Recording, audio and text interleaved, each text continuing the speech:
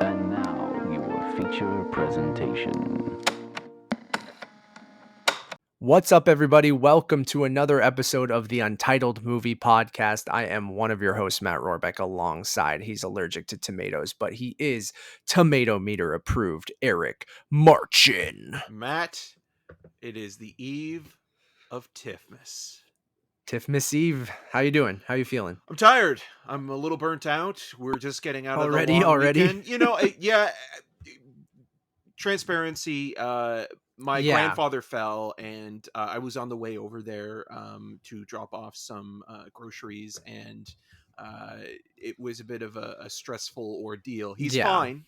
It's good to hear. But at the same time, I also didn't total, but wrecked the steering wheel of the car, so that is being serviced today. Because How did you do that?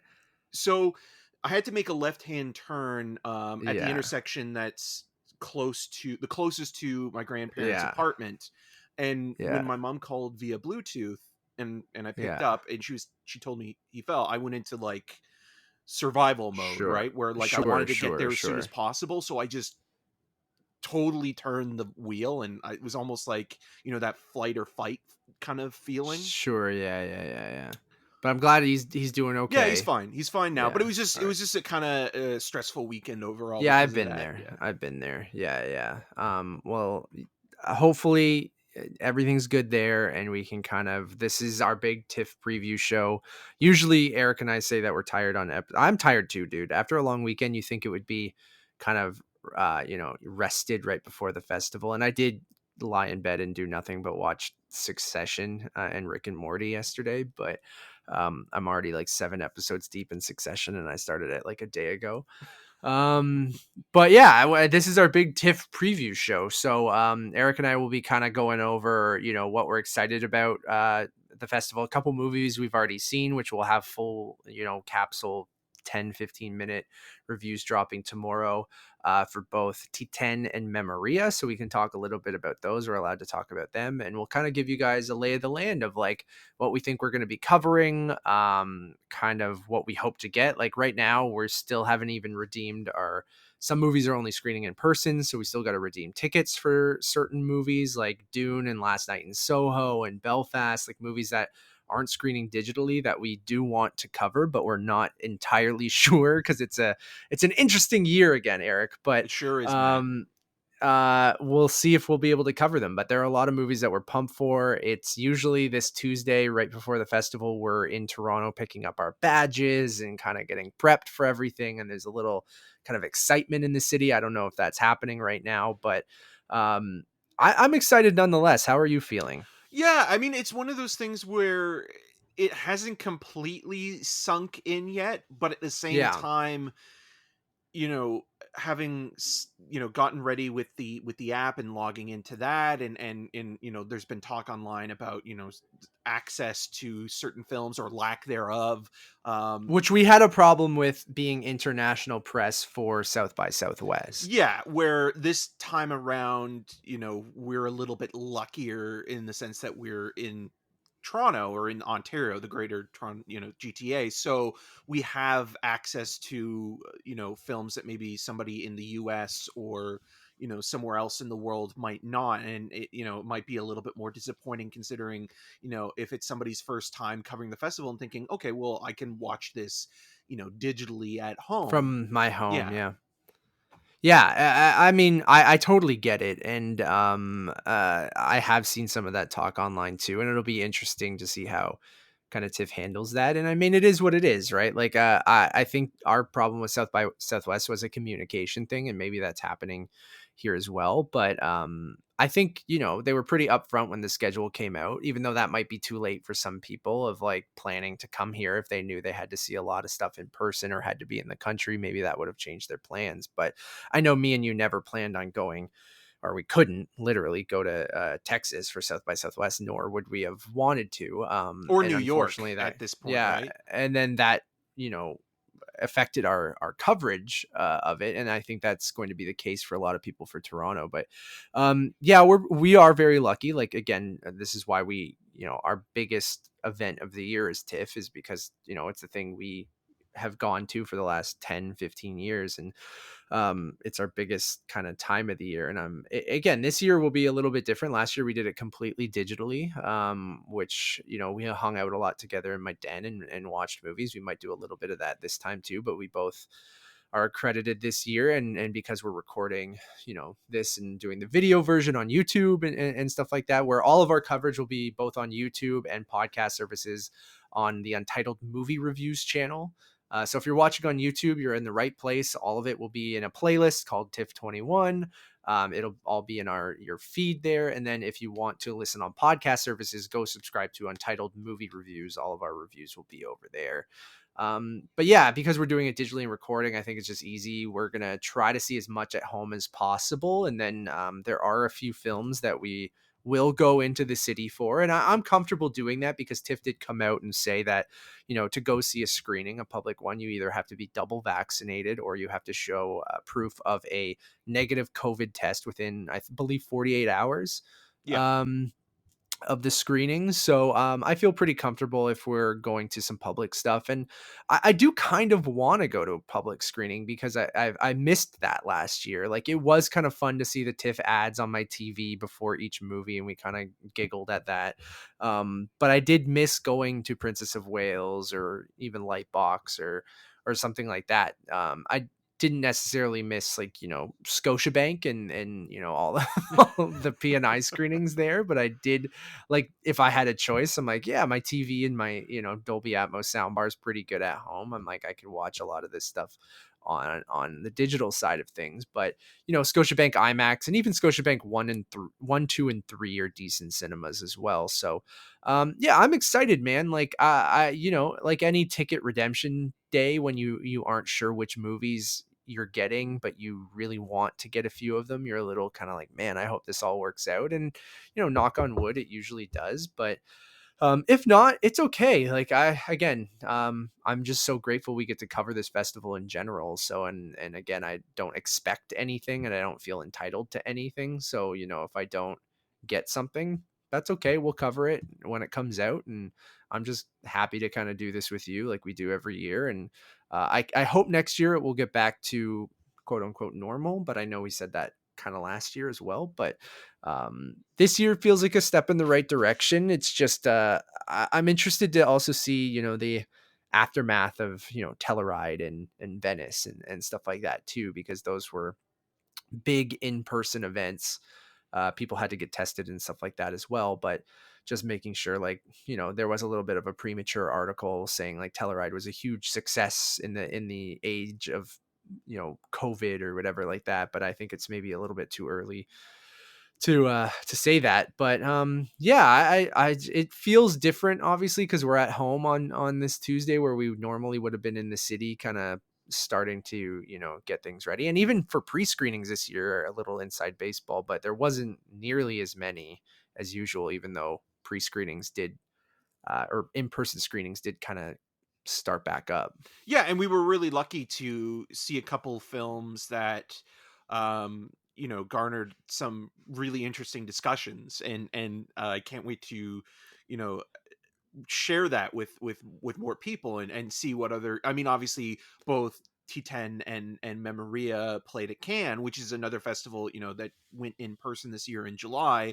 And Mm-hmm. thinking even with Sundance next year, how that is going to be adopting the hybrid platform again, but maybe they'll tweak that a little bit, or they already have, where like certain films will play in person first before Yeah, I think they're doing like going 4 or 5 days in person first and then doing the digital, which I like that. yeah. That I think that makes sense. And I think they probably have a little bit of an easier time because maybe a lot of their films, it's an independent film festival or it's supposed to be. But like, I think a lot of the trouble you get into is when movies have big distributors and stuff like that. And that's when they kind of, get cold feet with putting it on a digital platform and things like that. So yeah, it'll be interesting, man. But yeah, you mentioned it already. We did see Memoria and T10, and we'll save our full thoughts. You guys, tomorrow on September 8th, you guys will be able to check out the reviews for both of those. Eric and I had great conversations on both. I think we both really liked both movies, like to different degrees. But the more I sit on both movies, the more I really like both movies, and I feel like they'll be two of the more unique experiences you have at the festival this year, and just in cinemas this year. So, yeah, like if we're gonna put together basically what we're excited for, like those two movies obviously aren't going to be for everyone, but if you want something completely and utterly unique, I think both of those films kind of hit that. And that's the When it benefit of comes, a film yeah, festival, right? Like that's yeah. like to open your, your experiences and broaden your horizons. That's why festivals in general are a great place to see movies that maybe you would otherwise not be, you know, interested in to, venture if your theater is open into a multiplex even in the before Or it might not even times. play near you, Right. right? Like, yeah. I think that's, yeah, I would say TIFF is that place where, my palette kind of expanded a little bit, right? Because, like, I've always been a populist, like Hollywood, popcorn movie kind of, guy. And Which then, there's nothing wrong went with to, that, by the way. no, I don't think there is either. But like, I feel like, then you just end up becoming loving movies, and then you start to go, okay, I want to see some award stuff, which is you're dipping your toe into that kind of area. And then, something like TIFF obviously has that stuff that is populist but also awards baity kind of stuff, but then it also has art house stuff, and it has a little bit of everything. So I agree with Eric completely. Like, and that's the thing about the digital version that I love, is the accessibility of it, right? And I hope that, we said this last year, and we said it throughout talking about TIFF this year. Like, I do hope the digital aspect continues. It's just, um unfortunately, like, rights are so complicated sometimes, which is why things will only be available in one region and not the other. And if you're not from Canada, or if it's a US film festival and you're outside, then a lot of the movies might not be available to you. And like, that's the bummer about, I guess, the digital age of things, is like you might have a Canadian distributor that wants to show it, but then the American distributor doesn't want it available to Americans, or whatever. But Or you might request a usually, screener link for a Canadian film through an American PR company, and they can't give it to you because yeah, for whatever reason. again, very niche Yeah. thing. But even on like the digital platforms and stuff, there are some Canadian films that like aren't available to Canadians, which I think is interesting, like even on the our digital side of things. But so there is some, obviously, some cons to it, but I do love that, someone who's always wanted to experience TIFF can experience it from their couch, even if they live in Vancouver, or wherever. Yeah, if there's one ninja Regina. baby, in that grouping, and obviously that was the film that we both enjoyed quite a bit from South by Southwest, and we're able Right, when to, we only could see a handful of them, yeah, and yeah. we're able to sort of, find something within that that debacle and praise. I mean, those are the films that you're always looking to discover, and going back to the film festival experience and highlighting something that maybe off the beaten path, or just something that you weren't necessarily, you know uh, thinking of putting on, a best of list, or most anticipated list. And it's one of those, that's why I love a festival like TIFF, and like Sundance, and festivals in general, is that they expose you to world cinema, and you get to learn more about what's being made and who is making it, and different styles, and you're more appreciative of both the good and the bad, but also get to learn different languages within the cinematic realm, which is always, Yeah. um more enlightening. And then you get to see stuff before people and brag to them, right? Yeah, yeah, and So be the first. I mean, that is sort of part of it, or it No, always it was when I was totally younger. is, because like you look at how Telluride has been going this year, and even in previous years, not just Telluride, but with Cannes or Sundance, it benefits the bigger outlets to be the first to not only christen the film with their criticism, but also um be the first to do an interview with somebody and get that that fresh Oh, totally, yeah. anecdotal point of view before the actor or the director or the writer, or the cinematographer has done the same interview 30 times already. So being the first is When they're still definitely a part excited of it. about talking about it, yeah. Exactly, exactly. Yeah. No. Yeah, that obviously is a huge part, which is why tickets for Dune are going for $900 on resale or whatever, right? Which is like, or they're asking for Right. $900. I don't know if they're selling for that much, but Which in retrospect is ridiculous because again, you look at you can see it last a year month when later Ammonite was, tickets went off sale and they because it was one of the only in-person yeah, screenings, and right? they ended up, scalpers were selling them on eBay for like $500 or $600 and like nobody I don't know if remembers. anyone No, paid no, for no, no, no. that But either, but the asking price was up in the hundreds of dollars, and yeah, that's what I saw nobody for Dune at and Cinesphere. nobody Yeah. talks about that. Yes, Dune will be probably better remembered than Ammonite, but it's just funny to think like, But still, you can wait 4 weeks and go see it for yeah, or $20. if you Like, live in the it's like, US, it'll be yeah, available on HBO Max if you choose to watch it that way and stream it. So, it's a little silly. Like, yeah. I want to see Dune so badly. I hope we get a ticket for it in IMAX during the festival. Last night in Soho, absolutely hope we get to see it. I can't wait to see it. The Secret Soderbergh. Want to see what the I hell just that like is. that title. I think that should be the title of the film. Which do like we were talking a little bit before this, and we said we don't think it's going to be Kimmy. Is it I think it's Kimmy? Kimmy with Which Zoe is his, Kravitz. yeah, which is his COVID set thriller, right? I think it's And more of like a tech thriller where the but it's characters, set in COVID yeah, though, where or the during character's like COVID. agoraphobic, I Yeah, believe. which is why it's set during Yeah. COVID, and that added thing to being agoraphobic. But you were saying you might think it might be like a re-edit of one of his old movies or Yeah, something, well, maybe. Soderbergh has been It talking. says a brand new project. I Right. don't know if Well, it's at a brand new wording movie. is always important, especially when it comes to festivals or invites or press releases. But Soderbergh has been talking a lot about releasing a box set of some of his earlier films, specifically something like Kafka, which he wasn't happy with the theatrical release of that film, and talking about having done a re-edit of the movie.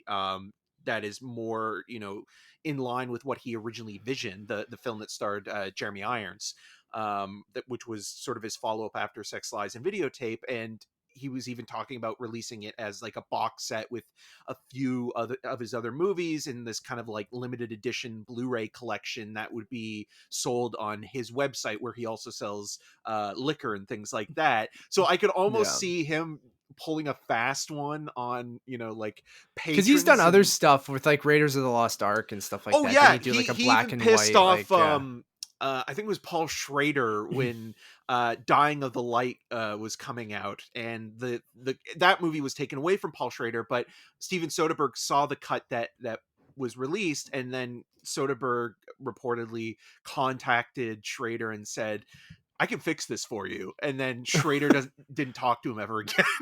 right, sure, And he talked yeah. about doing that So with Her as well. Like he yeah, offered Spike Jonze to do an edit of Her. So God bless him. It does say surprise screening of new Steven Soderbergh film. So, and shout out to his profile photo on TIFF for his like he just has long hair and looks ridiculous. yeah. Yeah, I have no idea. I have literally no idea. Like Kimmy was the obvious, like, oh well, that's the movie he's already shot and completed and it hasn't come out yet. It's Warner Brothers, HBO Max thing again, where like, but why wouldn't you just say that if everyone knows that that's a movie that he's already completed? Then it seems kind of obvious. So I'm kind of with you that it could be either something like that or completely out of left field, like he just shot another movie on a fucking iPhone. Yeah, in And between like we takes of didn't, No yeah. Sudden Move. And somebody, and I can't remember who it was, and I apologize for not remembering, but somebody on Twitter made a really good joke about like Steven Soderbergh hasn't seen his family in 5 years. Yeah, retired. And then like Steven, retired means you stay at home, Yeah, not he's the like, most active retiree I think ever. yeah, I know.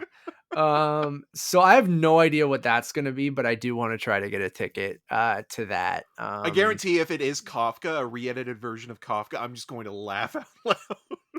I don't know. Can you say new Steven Soderbergh film Yes, when you it's can, just a because if re-edit it's a of like re-edit that's his version of it, you can get it's a away with new, something like that I because it is a guess, new yeah. film because it is I mean, his Zack Snyder's version. Justice League was a new Exactly. film, right? Yep. So, yeah. Belfast, the Kenneth Branagh movie. These are in-person screenings that we're pumped for because, like, um, today it's top of mind because I keep saying we have to get our tickets today. So these are things that, and I think them being in person only shows you that it's like the hot ticket items at kind of the festival a little bit, or just the studio didn't want it available digitally. Wolf being a Focus Features film And that that's really a has strange one, yeah. a very limited amount of screenings. There is a digital screening of it, like a paid digital one. Or wait, or maybe they're just two in-person I ones. think they're But only in person. I don't think it has yeah, any digital and it doesn't have any P&I screening. yeah. So then there's one where we're just like, I guess we'll Too try to hot get for it in press? person. Yeah, here I'm on the page now. Wolf. No, there is a digital Oh, there premiere is? screening, but it's premium, Okay. but it's a public digital premiere on the 17th. That So is like, so bizarre. it is a little bizarre. How bizarre? Um, bizarre. Dear Evan Hansen, one night only, opening night, playing at basically every venue. But there is a digital public screening as well, and a drive-in screening, and 4 in-person screenings, 2 of them being public and 2 of them being press. So just, I guess, weirdly, yeah, not available to press digitally, but available to public digitally. So we'll have to go in person Still to not go see over Dear Evan Clifford, though. Hansen. No, I know. I would have covered Clifford. Like Dear Evan Hansen we're gonna cover too. And I think neither of us I think it'll be fun to talk about and watch. And maybe we'll be pleasantly surprised. Like again, we liked Perks of Being a Wallflower Yeah. quite a bit, I think. So like maybe I hope it's just a bad trailer. That's why I'll go in with an open mind, even though we'll see. It's always better to Um feel like you're wrong after watching a movie than being right, because mhm. what we ultimately want is to enjoy something or like something. Yeah. I hope so, but it might be too distracting with Right. that old man. The Forgiven, A Hero, and Bergman Island also are the ones that Eric and I are going to go see in person. But those are just kind of like those were top of mind because we're trying to get tickets for those movies today. Eric, is there anything else? I mean, we talked about Memoria and T10. We suggest both of those movies, but not for everyone. Memoria being my first a Pitchapong movie, but I kind of weirdly dug it because no one's making movies like that, at least like from stuff I've seen, that I just weirdly like. It's this one of the slowest things I'll probably see this year, but I kind of really was mesmerized by it. And then T10, one of the wildest experiences you'll have, and I think is a great Midnight Madness opener. And at Princess of Wales, it'll be different than the Ryerson, but I think it'll be a blast if there's still tickets available for that. Yeah, with Memoria, there was one thing I forgot to mention in the review that I'll say here, and I've been thinking about it more and more, having been removed from it, and it is a film that I think you continue to think about after, long after you've watched it, and I'm Yeah, still thinking about it. same. Yeah. Um, the one aspect of the film that I completely forgot to mention that I'm kind of kicking myself, is that you can tell a Pitchapong with, this isn't a spoiler, with the sound. It's almost like he is doing his version of Edgar Allan Poe's The Raven.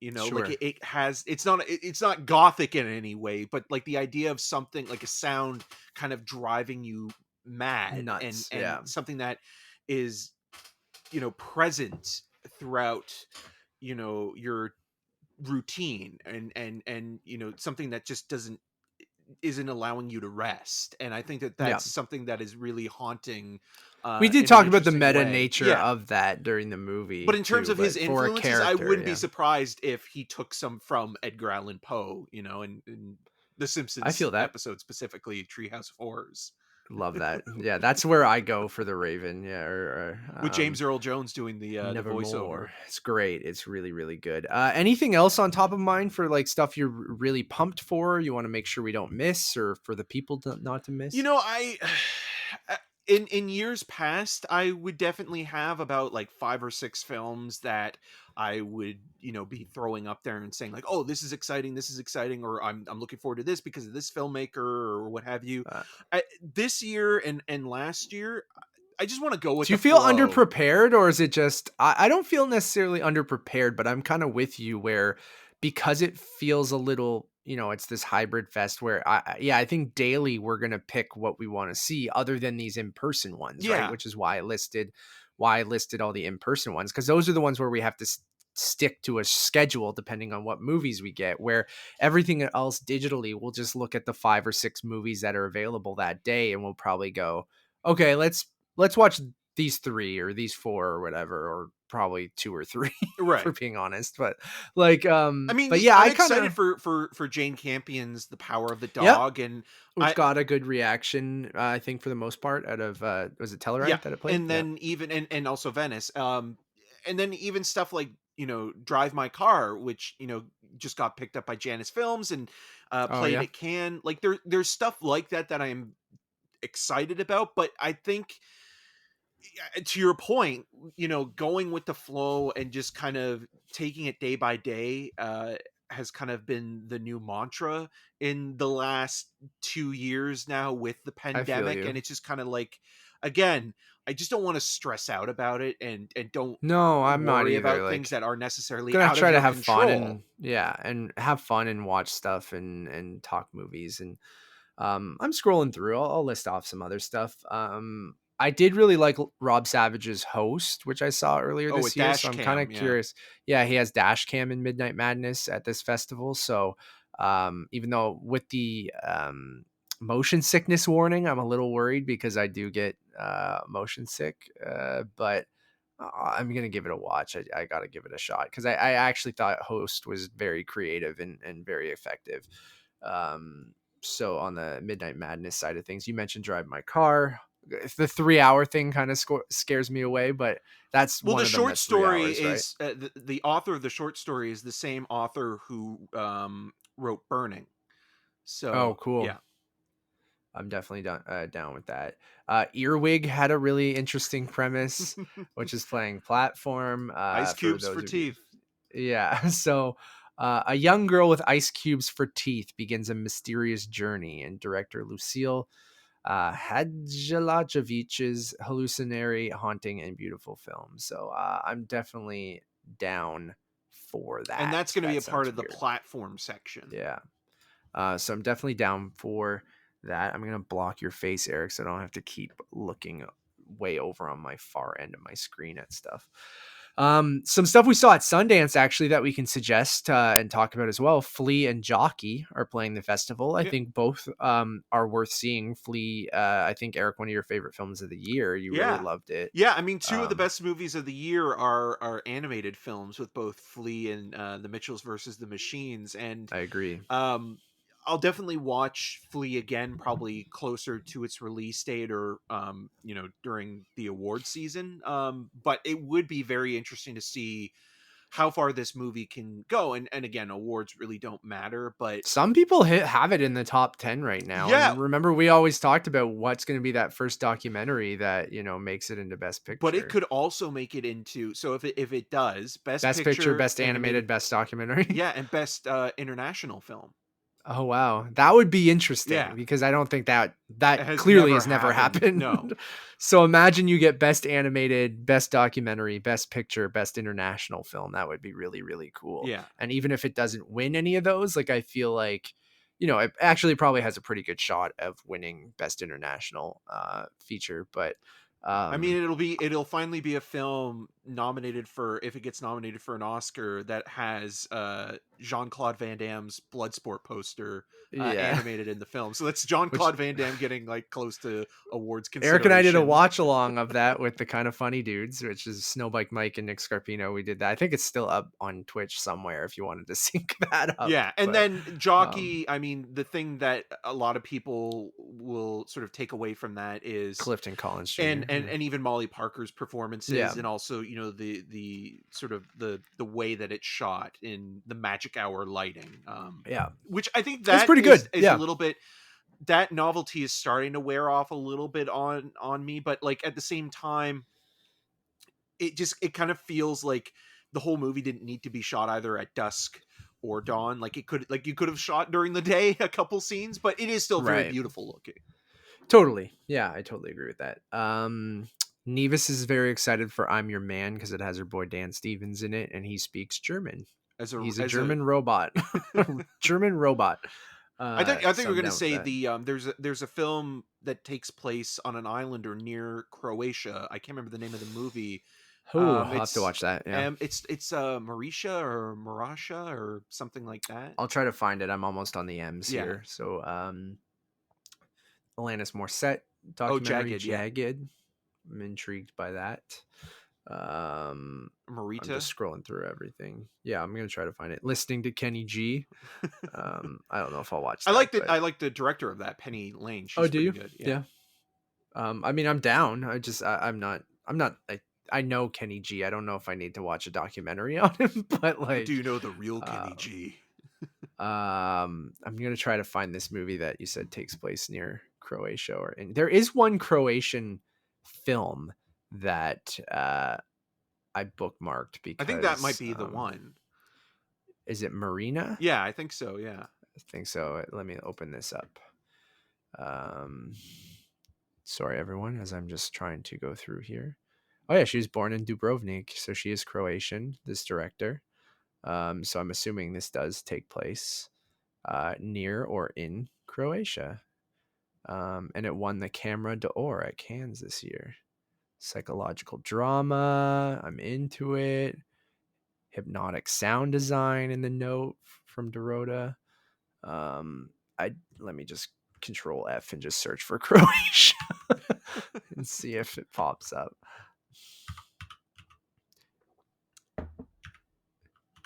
Yeah. Yeah. The dynamic between a restless teenager and her oppressive father changes when a family friend arrives at their isolated Croatian home.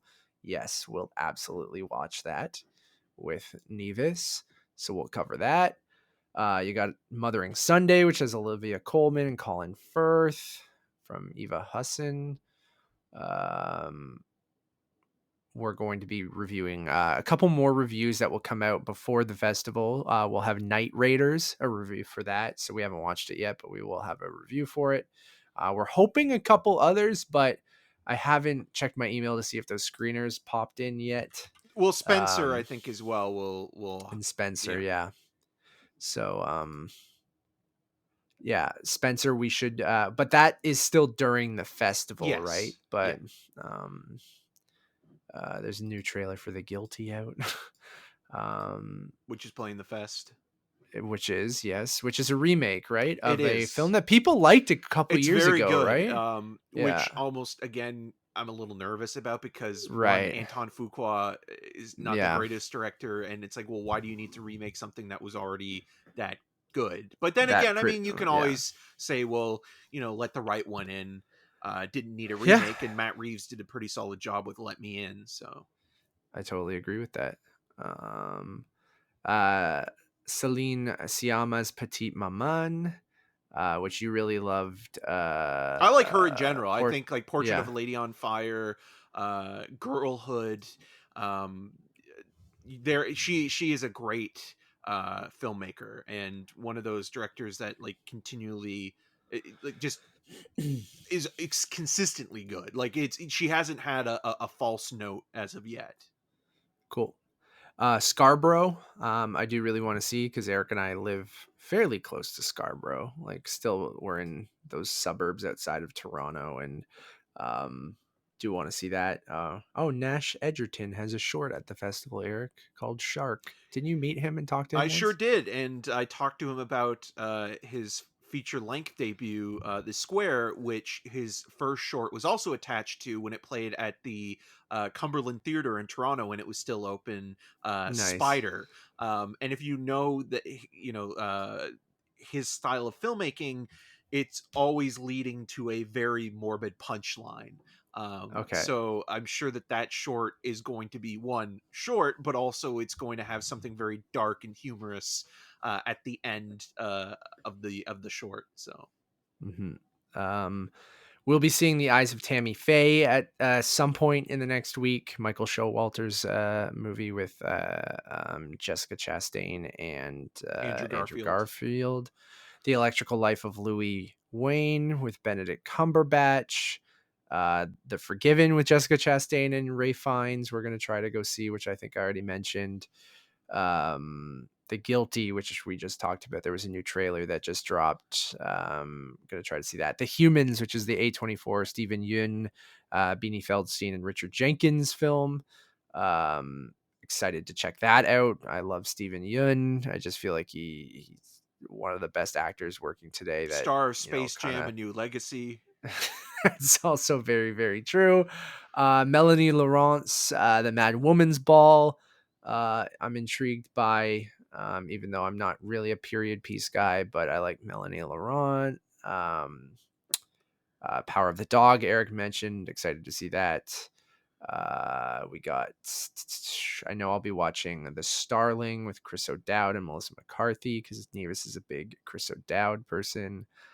Barry Levinson's The Survivor is another one we're trying to kind of see before the fest and hopefully get a review out, but I'm not sure when the embargo and stuff is on that.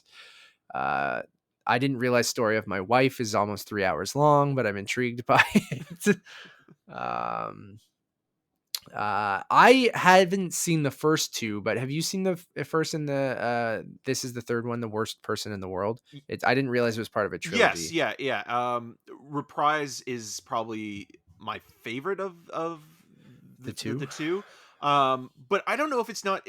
I don't know if it's necessarily like a direct sequel. If it's more thematic in the Is it? Yeah. storytelling, because the idea is that Joaquin Trier, who also directed Thelma a few years ago, the telekinesis supernatural thriller, sort of looks at people in Oslo and sort of European society on sort of characters that are protagonists but are also prickly individuals, and sort of dealing with something, whether it be recovering from drug addiction and sort of trying to make their way back into society, or figuring out who they are in terms of their sexuality and Reprise. And he is a really good director, and when he is at his peak, he's always sort of pushing the envelope in a way that is funny and also somewhat touching and relatable. Like, think of a more sort of inviting Inside Llewyn Davis or something like that. Okay. So Okay. yeah, I would like to see that. That's cool. Yeah, and then that's like I kind of just went through, but like again, Eric and I will be playing it by ear. Our ticket selections this afternoon, so we'll have a pretty good understanding of when we're seeing certain big movies Or if we're today, seeing and them. or if we're seeing them, which knock on wood, let's hope. But other than that, yeah, man, I'm excited. I really do want to go see some stuff in person. I do really miss that. Whether I want to try to make it out to Princess of Wales at least maybe once, or I know I hope they're still doing what they did a couple years ago at Roy Thompson Hall and having the nice stage with the proper masking and everything. And that's another thing we always talk about. Like, if you guys are an avid listener of the show, Eric and I consistently talk about the experience of going to the movies. And I went and saw Shang-Chi again, I and knew this was no coming. no proper masking, man. In Like, theater that 11, was such a right? in theater 11 at Landmark Cinemas in Whitby. But anyways, Come I'll get on, to that Landmark, because come on. I'll get to that because we'll move on from our TIFF preview and go into other stuff. But at the festival, I mean, one of the other things of why going in person is so great is because I feel like it's the best way to see a movie, because like TIFF is very meticulous in their projection and sound and presentation at these venues. Like they very much take it seriously, and it's a big international film festival. They want it to be the best possible way of seeing it, and they've really improved in recent years at Roy Thompson Hall, the stage there, because it used to be very basic. And like if you go see stuff at any of their cinemas, minus Scotiabank a little bit, it's a great experience. Proper masking. If you see Belfast, it'll actually be masked in 4x3 as long as it's at one of their other venues like Lightbox, Princess of Wales, or Roy Thompson Hall, and stuff like that. So Or even if you can just see something in the IMAX theater at Scotiabank that yeah, maybe wouldn't or Cinesphere. They're otherwise.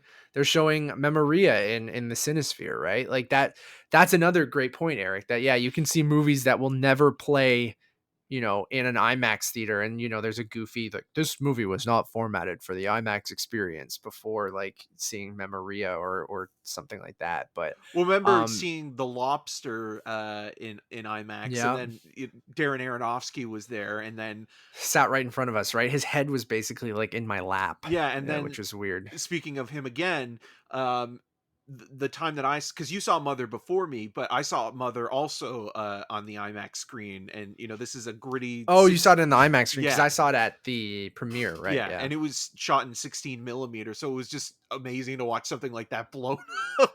Yeah, to IMAX size, yeah. And that's kind of another fun part of the experience, right? So I'm hoping we get some of that this year, but we will see this afternoon and we'll let everyone know. I'll try to put like again, Eric and I are going to be playing it by ear, but I'll try, if we know which days certain reviews are going to come out, like I'll try to let people know beforehand over on our Letterboxd HQ. If you guys want to go follow over there, it's Untitled_movies. Basically one-stop shop for everything we'll be doing. So you can get all the video reviews, all the podcast links, everything over there. So If you post playing it by ear on the Untitled Movie Podcast Twitter account, can you put a photo of Kyle MacLachlan holding up the ear in blue velvet? yeah, I can do that. Yeah. Cool. This is our strategy for the festival this year, and just him holding the ear. So yeah, man, I'm pumped. But we got a couple days until the festival, so we'll be trying to hopefully catch up with a few more pre-screeners, but we'll see. Other than that, I know you said you had a, luck. I'm very glad your grandpa's doing okay. Did you get up to anything else on the weekend, or did you just kind of try to chill? I did watch some stuff. I mean, I don't know if you'll get to it, but I hope you will, because we can do a review for it. Kate, which I don't think there's an embargo on it. No, I or saw it some was people post their lifted, but review already. I'll just wait on that one. But I will mention, since you brought up Shang-Chi, I did catch up with the Doctor Strange episode of What If. Yeah. What did you think of it? You know what? I had the same problem that I think you mentioned while watching it, and that is the crux of this story does not work, because the relationship between Stephen Strange and Christine isn't Yeah. one that you're really invested in, emotionally speaking. It's Yeah. interesting from the point of view of seeing Strange, whose hubris and ego get in the way of him doing the right thing, and can ultimately sort of implode on himself or just explode all over the place. And you just think that, like, okay, like, I like that, but I don't think that sort of the motivation for him is the loss of, quote unquote, the love of his life, where I never felt that Christine was the love of his life. And I totally agree, because I don't think I've talked about it on this show. I just talked to you after I watched it, before we went to a screening. I got up at a ridiculous hour to watch it, but yeah, I totally agree with you. I thought visually the episode had some really cool moments, and I like the idea of Stephen Strange being so self-centered still, and so him losing Christine almost wasn't about her, it was about him, right? Like, he lost her, it wasn't she lost her life, Yeah. it was I lost her. But for that to work, I really think you still needed to believe in their love for one another, right? Where I never bought that in the movie, because you kind of already jump in once they've been broken up, and and he's kind of a prick at the beginning of the movie, and I mean, he's a prick, he's kind of the got a Tony Stark vibe to him, right? But Right down even to Tony the Stark, goatee, I feel like, right? yeah. And but there's something there where, like, even Tony and Pepper, which we talked about when we were off air too, of like, even that isn't super developed, but I believe that a bit more than, Well, because you've had more movies more, to yeah. develop that relationship, but ultimately, with a lot of these sort of romantic relationships within the MCU, it's almost a feeling of obligation, because the characters are connected or tied within the pages of the comic books, where I think the Katie and Shang-Chi relationship is probably one of the better developed one, and that's because it's like sort of platonic, with only like hints at any romance stuff, and that's not giving anything away. yeah, But no, I like, agree with that. And I, like, again, there are relationships like, Peter Parker and MJ, and you think about, like, that, like, that's like a big one, but overall, I think I that, think that one's pretty well developed and pretty solid. yeah, as but I well, still but don't think it's like a great romance, in no. terms of, like, if that character, if one of those characters were to die, or something really horrible were to happen to them, I don't necessarily feel emotionally invested in, like, oh, that's a loss. And that's why I also feel a little bit like why, like, Amazing Spider-Man 2 ultimately kind of fails, With Gwen because Stacy, that moment, while it's the best directed sequence in the film, with her death, it just never emotionally got to me, even though the two leads had obvious chemistry. It Yeah. just kind of felt like, okay, this is a conceit based on, these comic book characters getting together. So, maybe Eternals will have something, or maybe down the line they'll be able to figure, like a Because great. Gemma Chan and Kit Harington are supposed to be I thought it like was I thought it was Richard Madden.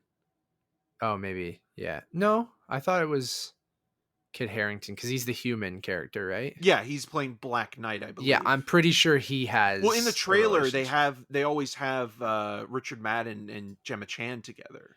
Yeah, because they're on the team, but I think Gemma Chan's in a relationship with the human who is Kit Harington. I'm pretty sure. Okay, I we'll could be have to we'll wrong. have to go to the trailer for that one. I could be But yeah, wrong. But overall, I thought this episode of What If.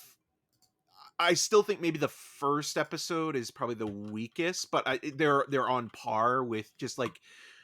I think the action in the Captain Carter episode is a little bit more kind of fun overall. Where like I I agree. like Doctor Strange too. Like I think he's a character that is enjoyable, and if you're a fan of horror movies and genre films specifically, I like you're gonna gravitate towards that character a little bit more. Like it would be even fun to like recommend people that haven't seen it the knockoff Doctor Strange movie from the 90s that Full Moon released, Dr. Mordred with Jeffrey Combs, where that film was supposed to be a Doctor Strange movie, but then at the last minute the rights were taken away. Switch, so it's Yeah, just so they just kind of rewrote it slightly in terms of the yeah. script. But um I do like and spoilers, more spoilers for the end of the What If episode. So if you don't want to hear, if you haven't watched it yet, maybe just mute this for, a minute or 30 seconds. But like I so 3, 2, 1, I'm going into spoilers.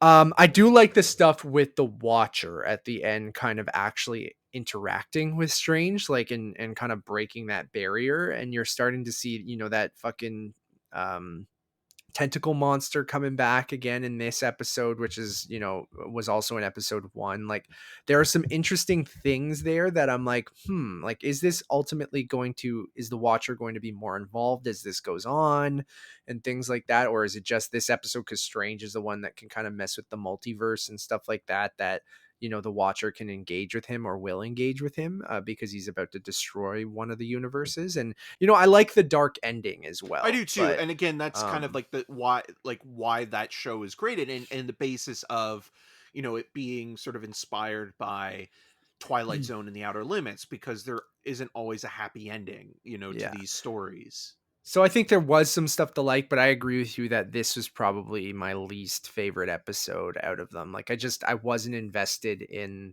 that relationship. So as he's trying to, continuously save her and, go down this, and I'm surprised that this isn't, the evil Doctor Strange thing isn't going to be part of Multiverse of Madness, or maybe he is, and maybe this is teasing it, right? Like it made me more excited for Spider-Man and for Multiverse of Madness than it did for this episode. So we'll see. Again, this tomorrow's episode is going to be Marvel Zombies, which I'm totally down for. Robert Kirkman wrote a lot of those comics, and I've heard that it's going to be this is the most based off of the actual Marvel Zombies comic. Like the other ones are kind of more original kind of things, but I'm cool for an MCU zombie story. Like I think it'll be fun. So again, each week you never know what to expect, and we've talked about this with an anthology series that it's going to be kind of hit or miss, right? Like not everything is going to completely be up your alley or something for you, but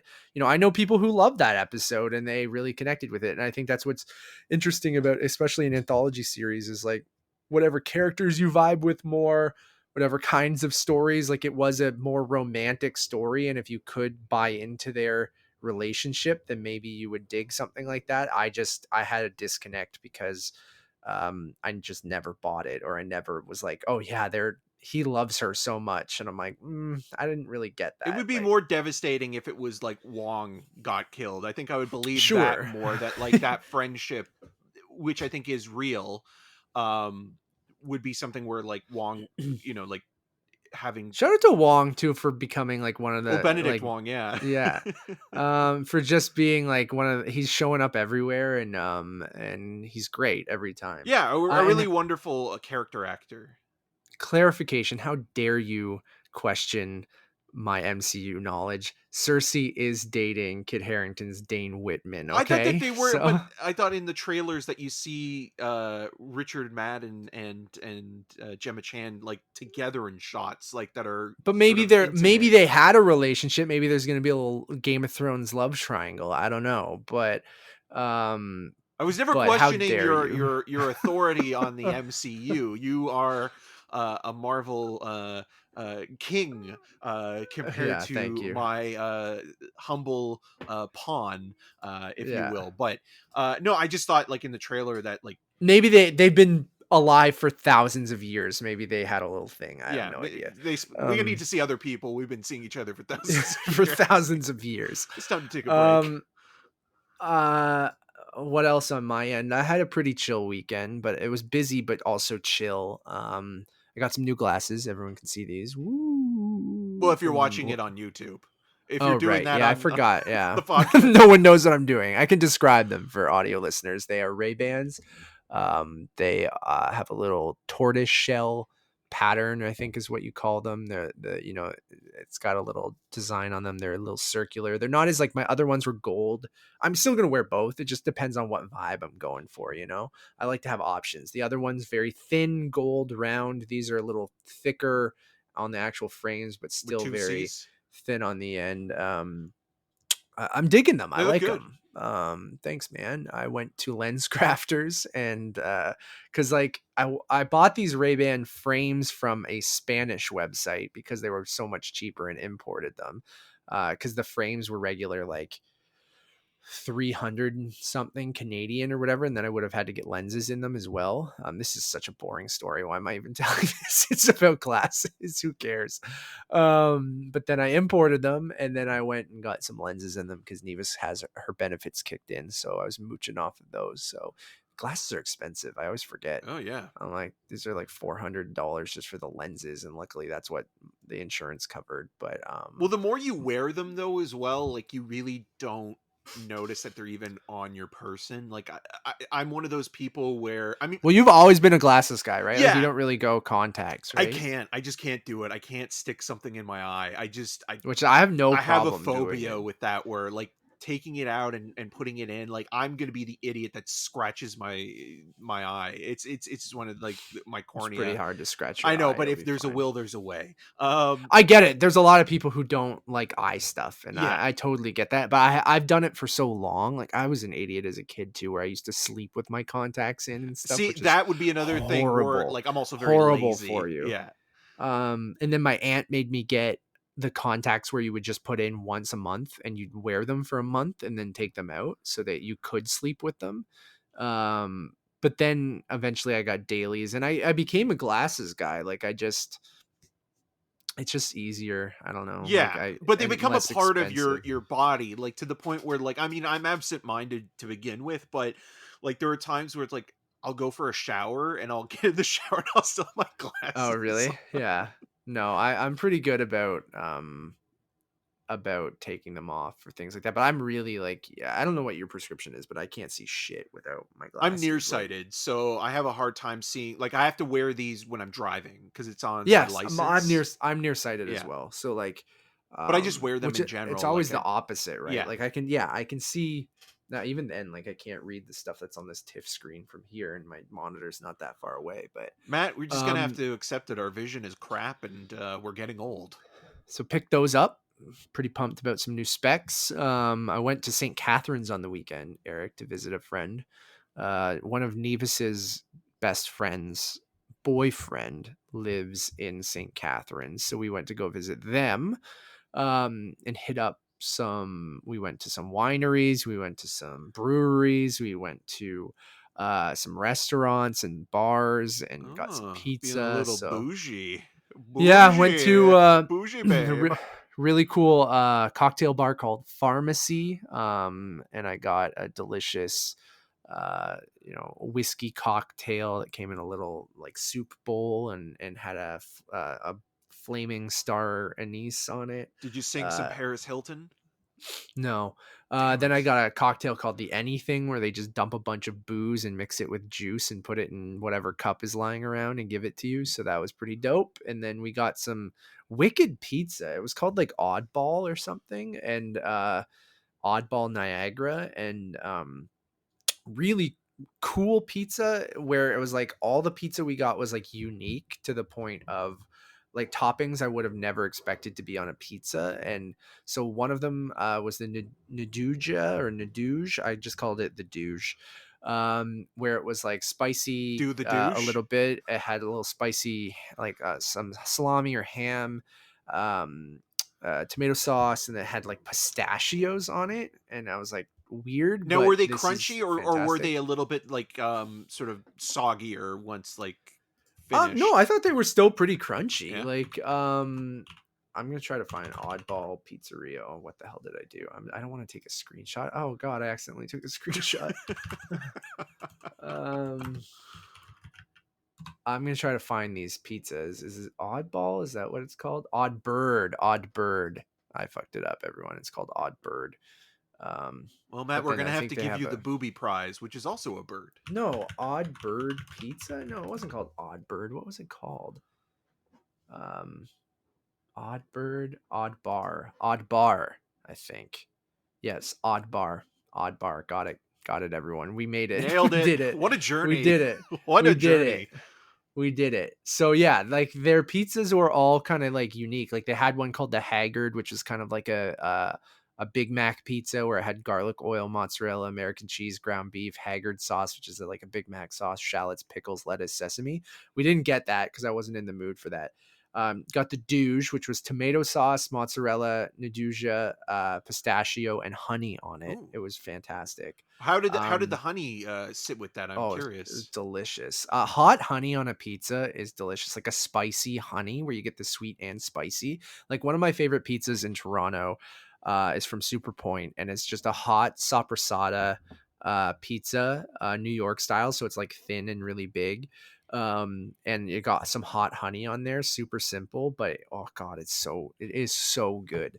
And then we got a just effing peachy, which is garlic, mozzarella, peaches, copa, goat cheese, salsa verde, and vincota. So these are And individual pizzas, right? no, they were like big Oh, so pizzas, so you were getting like like sharing, like sections of them with different. yeah, Okay. cut into slices. Yeah. And then so this one had peaches on it. So I think it was kind of a spin on a Hawaiian pizza, right? Which would normally have like ham and pineapple, but What are this your had like what's your stance on that it though? was delicious, Yeah. dude. Like if you like peaches, like, and this was a white pizza, so you could have had this, Eric. Like, because tomato sauce and I know Hawaiian pizza does have tomato sauce usually, but peaches and tomato sauce doesn't really make sense to me. But like, so this was a white pizza that you could have had, and maybe the salsa verde you couldn't because it's tomatoes, Sounds a but little racist. um White pizza.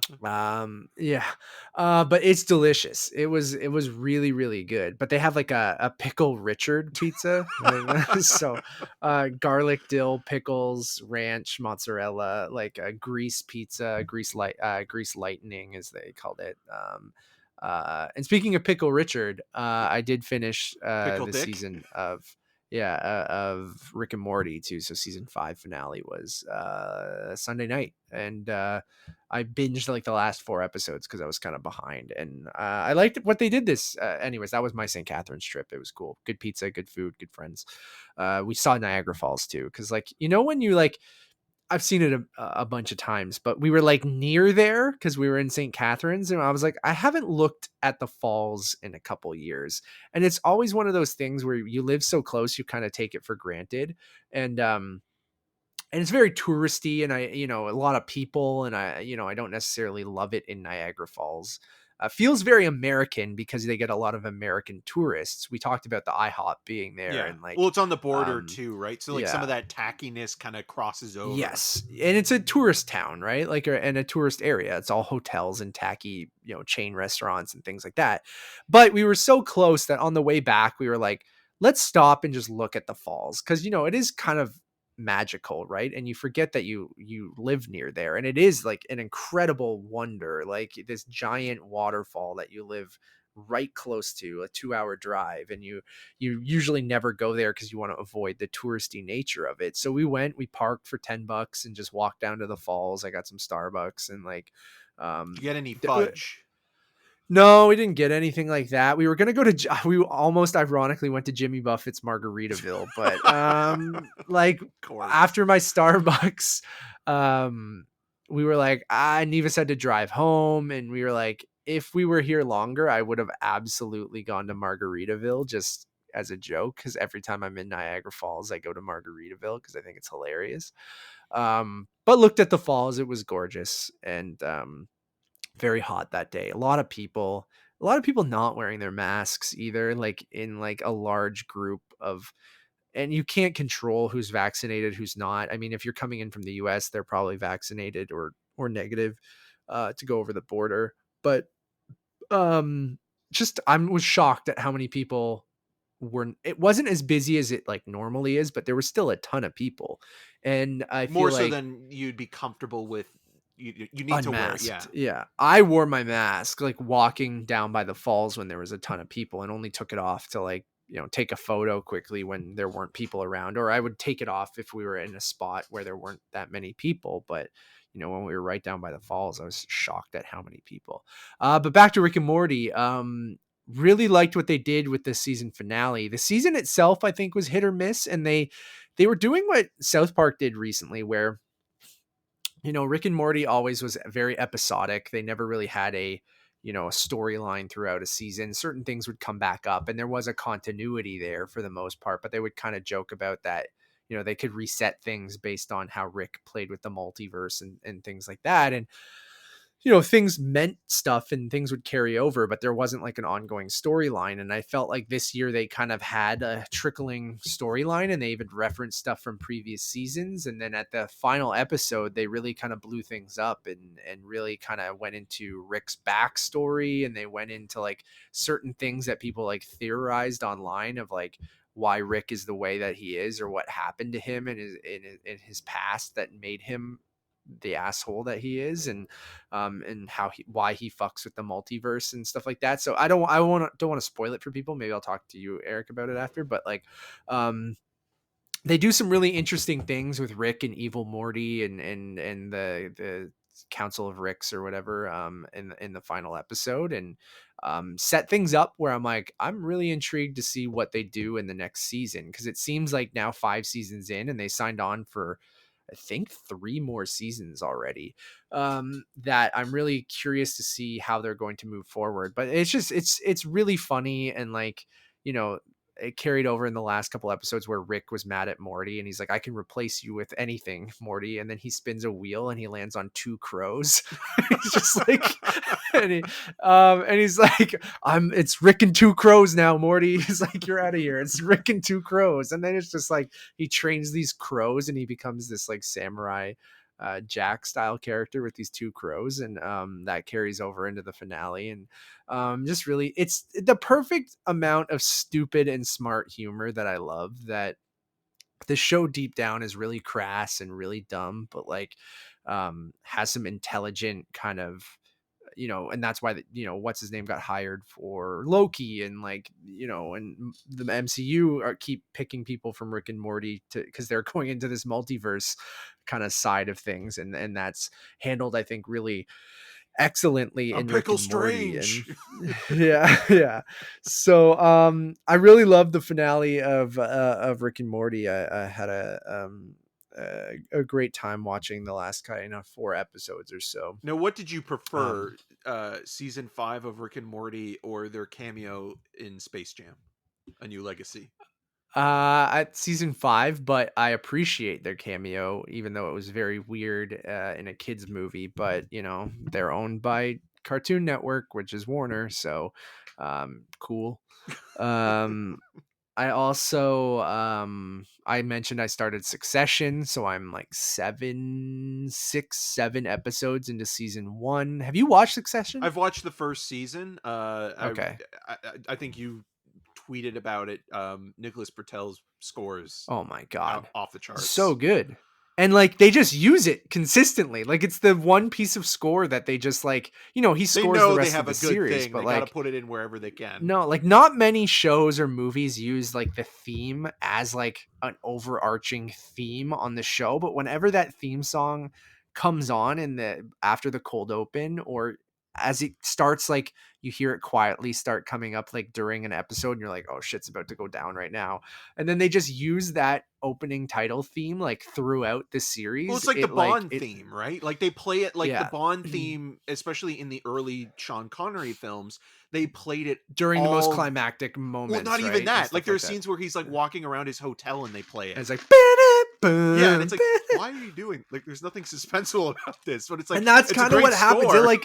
It elevates the series, and like the series is good. Don't get me wrong. Like I like the inner workings of this big media conglomerate and the familial kind of backstabbing and just the corporate. Because like we know it here in Canada with the Rogers family, right? Then you got the Trumps in the US, and you have like it's probably based on the Turners and all these different big families that run these big media conglomerates, even Disney to an extent and different things like that, it is really interesting. They're all And you have vying some for like Brian Cox's for his love. yeah, daddy's love, like, Who's going to be Daddy's favorite? his favorite. Yeah. And it's getting really good. Like, Have you gotten to the email yet? no, Okay, I don't all know right. what that is. You'll know it when I'm you get curious. there. I got to the vote of no confidence, which I thought was a fucking great episode and was wonderful. And I really liked the one person. It took me a while to get, you know, behind was Kieran Culkin. Like at first I was like, oh my God, I know this character is supposed to be obnoxious, but Yeah, like there was something off with, I like Kieran he's Culkin, great but in like, Scott Pilgrim. Like he is awesome yeah, in that movie. and he's kind of done that shtick or that character kind of in other things too. And he kind of goes to 150 on this with that style of character. But Jeremy Strong's great.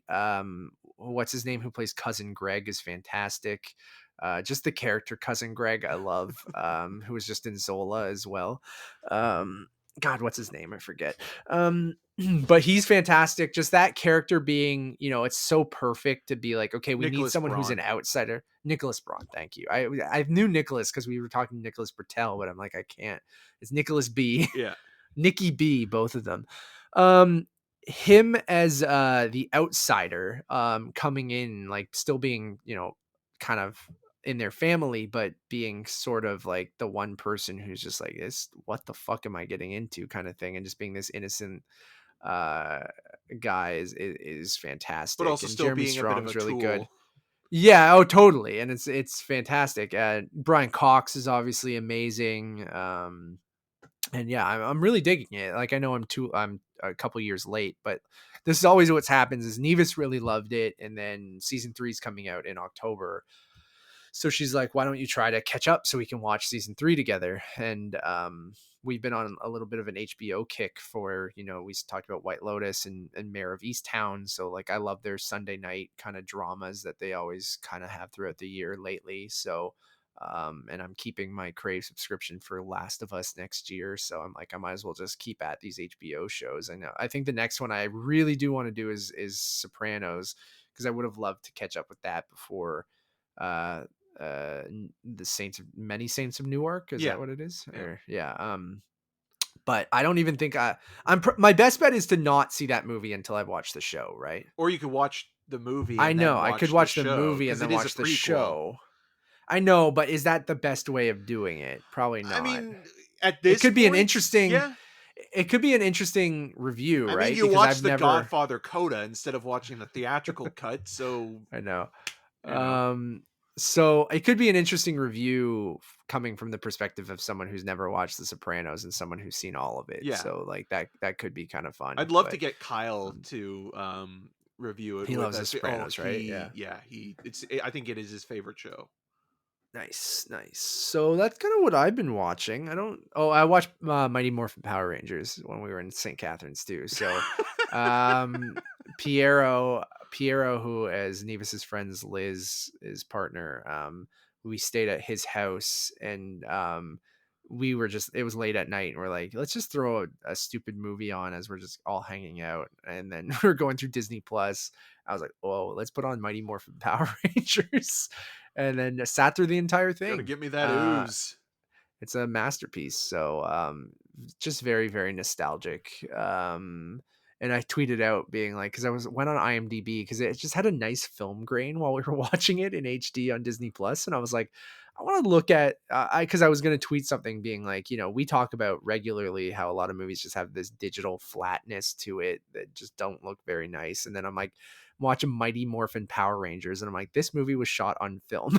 I'm like, and I know that was like the only option then. It was just, or not really, because the TV show would have been, I doubt it was shot on film. It probably was shot on video, Yeah. right?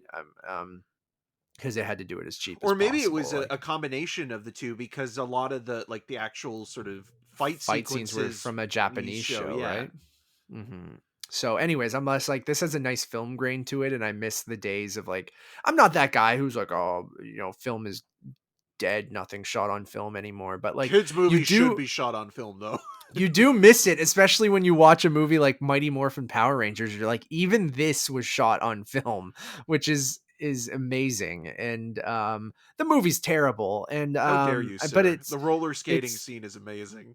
no, I mean that in an endearing way. Right. Like, No, I it's agree with very you. much a kids movie, and there's still some fun stuff in there, but it's like, and I just, everything came back to me of like, was obsessed with the Power Rangers, and I'm like seeing Tommy as the White Ranger, and they recast a bunch of the Rangers, I think, too, right? Yeah, Like, which is strange even because though, you don't think about it as a kid, especially when you're just like excited for it. But then when you're looking at it as an adult and you because think, they had some of them, like Kimberly, Billy, and Tommy yeah, were the OG ones, but then they to be, I think, less racist, they because remember in the original show, like the Black Ranger was a black guy and the Asian woman was the Yellow yeah, Ranger, right? And like stuff like that wasn't really cool, and then they swapped those in the movies and recast those kind of opposite sex. I think they were different people, yeah. but And I if I'm also remember, I know Billy's in it, but I remember he had a lot of problems with some of the cast members on set making fun of him,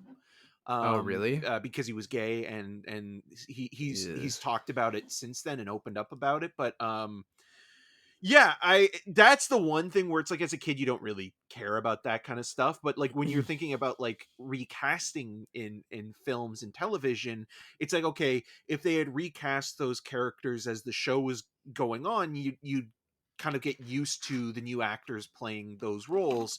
But it's like I for think after the movie they did take over on the right, show, but when they're but introduced in the film for the first time in those roles, it's like, okay, well, you need to kind of readjust. It's just always fascinating when that happens. It's like you think like even something like with Jodie Foster in Silence of the Lambs, and with Hannibal, replacing her with Julianne Moore, or like Maggie Gyllenhaal in The Dark Knight. I mean, they do make a kind of winky meta joke in Iron Man 2 when Don Cheadle replaced Terrence Howard as Rhodes, but yeah. it is always weird when they don't address it, or it's just like, okay, you're playing that character and it's just never brought up again. Yeah. But it's so He 90s as well. Like that's the other thing that I do love about that movie, where it's like you have songs by like covers by the Red Hot Chili Peppers in like certain Oh scenes, yeah, or Higher yeah. Ground and stuff like that. Yeah. Seeing Zordon as just this old wrinkly dude, Oh yeah. like because he wasn't just a face in it, but like I think it's even cool having like Rita Repulsa and Lord Zed, because I remember them being just such a huge part of the series. And Lord Zed's creepy looking, man. Like his skin is on the outside of his body and his brain's exposed He and, looks like a and stuff like Cenobite. that. He looks like a Hellraiser Cenobite. Yeah. But I also really love Paul Freeman as Ivan Ooze. Oh That yeah. guy is amazing, because not only does like he's not phoning it in that performance, he's given Oh it his no. all. But it's just amazing to think that he is the same guy that swallowed the fly in Raiders of the Lost Ark. Incredible. Yeah, he's giving it his all as Ivan Ooze, man, and it's just so funny. And but it's a fun movie, even if it's not Shout out to my boy Goldar. yeah, Goldar's in it for a good chunk of I it. do love Goldar. Um Goldar is hilarious. Yeah, I had a blast rewatching it, and And I think that the movie is the first time where they actually got to interact with the villains, because with, again, mentioning like the show took scenes from, you know, this Japanese series, like a lot of those sequences were from that show, right? Like the Yeah, they shot Japanese. all they were basically anything outside of their costumes, they reshot, right, with the American, cast, and then all the fight sequences were, from I think later seasons they probably started shooting like newer stuff, but I think for the first little while it was like this amalgamation of this different show, right? Yeah, and Bulk and Skull are in it, right? Yeah, Bulk and Skull are in it. I There's a always great parachuting, like skydiving scene at the beginning, which seems ridiculous, but like you could tell that they're like, oh, we have a budget, so like let's do some stuff we would never be able to do in the show. I know I And got I a think lot to that's what watch this week, but I'm almost tempted to throw that on at some it's fun, point. man. Like it is ridiculous, and like but you can really tell, like, I mean, the budget was $15 million, but for a Power Rangers movie that's like a bazillion. Yeah. So I had a blast watching it. Nevis and Liz fell asleep, but Piero and myself stayed up and watched the whole thing until 1 a.m. So had a blast watching it. Yeah, it's a very goofy film. But I also remember, like, with the show, they also had like the after school special segments where, like, you know, they Where go they to were a the little more preachy or yeah, whatever. where they Yeah. go to the cafe, and like, I remember there was one episode where a guy brings a beer and he's like, you know, talks to his two friends. He's like, "Hey, I snuck this from my dad's fridge. Do you want to take a sip?" And they're like, "I don't know, man." And We're not old and then enough. they decide they compromise and go and grab milkshakes instead Yeah, of because it course. tastes better. And then I did go see Shang-Chi again at Landmark, which I already kind of mentioned, but kind of a bummer that, yeah, and I think this happened one other movie we saw a couple years back. So I think I purposely bought tickets for one of the bigger cinemas at Landmark because I'm like, oh, bigger screen, it'll be more enjoyable on a bigger screen. Not realizing that I think in 11 and 12, which are their bigger cinemas at Landmark, they don't mask the screen anymore. They go kind of Cineplex style and they just kind of project it. And the sound was a little off too, so I was like a little disappointed. And these are like really like anal things that I notice where most people wouldn't. Like, I don't think Nevis or my mom really cared, and most people in that theater wouldn't have cared at all. But right when it started and the trailers are coming on, I'm like, this sound mix is like the center channel with the voices is like cranked up to like fucking 15, and then all the surround sound one with like the score and stuff like that was really really quiet. So like I remember, which is like the two times we've seen it now, the audio was good in our first screening but the projection was dim. In this screening, projection was dim, projection was bright, not masked, which our first screening wasn't either because we were at Scotiabank. Um, and the sound was off, where like that bus sequence when that synthy kind of like score comes in and he's fighting everyone, you could barely hear that score because it was so quiet. And then the sound effects and the voices were so loud. It didn't hinder my enjoyment of the movie. I still liked it probably even more the second time around, and both Nevis and my mom absolutely loved it as well. It was fun to watch it with like a crowd, even though it's half full with social distancing. But yeah, just a bummer to the point where I'm like, I hate being that guy, but I was gonna like maybe like just write the manager and be like, listen, I love your theater. You even have an intro before your movies that says like all of this stuff matters. Like, we love movies just as much as you. I'm just curious of the thought process of why you don't mask those cinemas anymore and why the sound mix was not so great. But I haven't done that yet. But now I think I just know those smaller theaters are almost better because they still mask the cinema. And I think when you're in a smaller theater, the sound mix is a little bit better because it's more centralized in a smaller room. So now I just know moving forward that I wouldn't probably buy a ticket for cinema 11 or 12. I would go to one of the smaller cinemas if it's available, or I'd go to the IMAX theater because like the IMAX is a IMAX cinema, but I feel like maybe the expanded aspect ratio that would fill up more of the screen, and then the sound mix might have been better, even though you don't get the recliner seats. And that's kind of one reason I like going to Landmark as well. So there's pros and cons, and I'm getting to the point where I'm like, I don't have the energy, but Well, you'd seen it's it already as well, right? yeah. So If I hadn't seen it, but even then, I don't think it's gonna be fixed once the movie starts. If I go out and talk to a manager, they're gonna be like, I don't know what to tell you. right. like, like at that point, like I just like I don't know. So I think I'm better off writing, you know, I'm not a Karen-y email of being like, how fucking dare you, but it's more like, yo, I'm just curious. You do it in all your other theaters. Like, is there a reason why you don't do it in the big theater anymore? Is it just did like the motor break and you guys just didn't fix it, or like, is it just you can't do it with that screen anymore? And like, part of me just wishes that if we were to get another gig in the industry on top of what we're doing here, like quality control I think would be something that I would love to do for like a cinema chain or something like that, or like help them, Cinematic you know, quality control, the yeah, CCCs. yeah, like where you go around to different theaters and test their projectors and their sound and like and make sure that everyone's using proper masking and stuff like that, and like use that in a campaign to be like, we actually do give a shit, and here's the stuff that you might have not noticed, but why it's important and why it's a better experience than watching at home. And you could make content on YouTube to explain that to people and be like, we have these quality people that are going out and making sure the sound's incredible and the picture's incredible. And I know a lot of it's like businessy shit, right? Like at Scotiabank, why the projector was so dim is they literally won't fucking change that bulb until they have to, right? Because Yeah. it costs them money to change the bulb. So they go, well, you can Squeeze still every see penny, it. man. Yeah. Squeeze You every can penny. you can still see it because I'm sure the bulbs are expensive. So Cineplex is a company who's a little bit penny pinching because they tried to sell their company, that they're not going to switch that bulb until they have to, or until enough people start Man, going, they got to I pay can't. for palladium, okay? Yeah, so I don't know, man. Like, it was again, loved Shang-Chi, loved it a second time.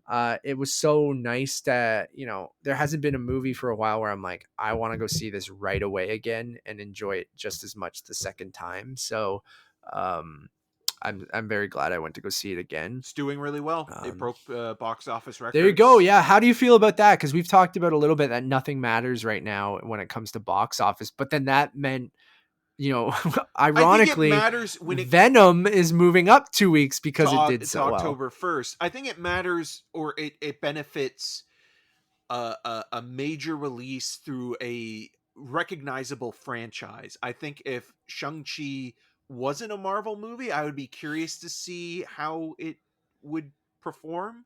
But I think part of the sort of the lure of that is it is I'm not saying that it's not a bad movie. I'm just saying I think a part of what attracted people to go and see it that opening weekend Oh, it's is it part of is a it franchise. Yeah, for exactly. But sure. if it Yeah. wasn't, I think it wouldn't have done as well. And I think that I'm curious that's about Venom now, moving up 2 weeks. well, Like, that's the thing. Venom, like even the decision that Paramount made to delay a bunch of their movies from Top Gun to Jackass Forever, it makes you think, okay, are they going to regret that in retrospective, or are they going to amend some of those dates if they can?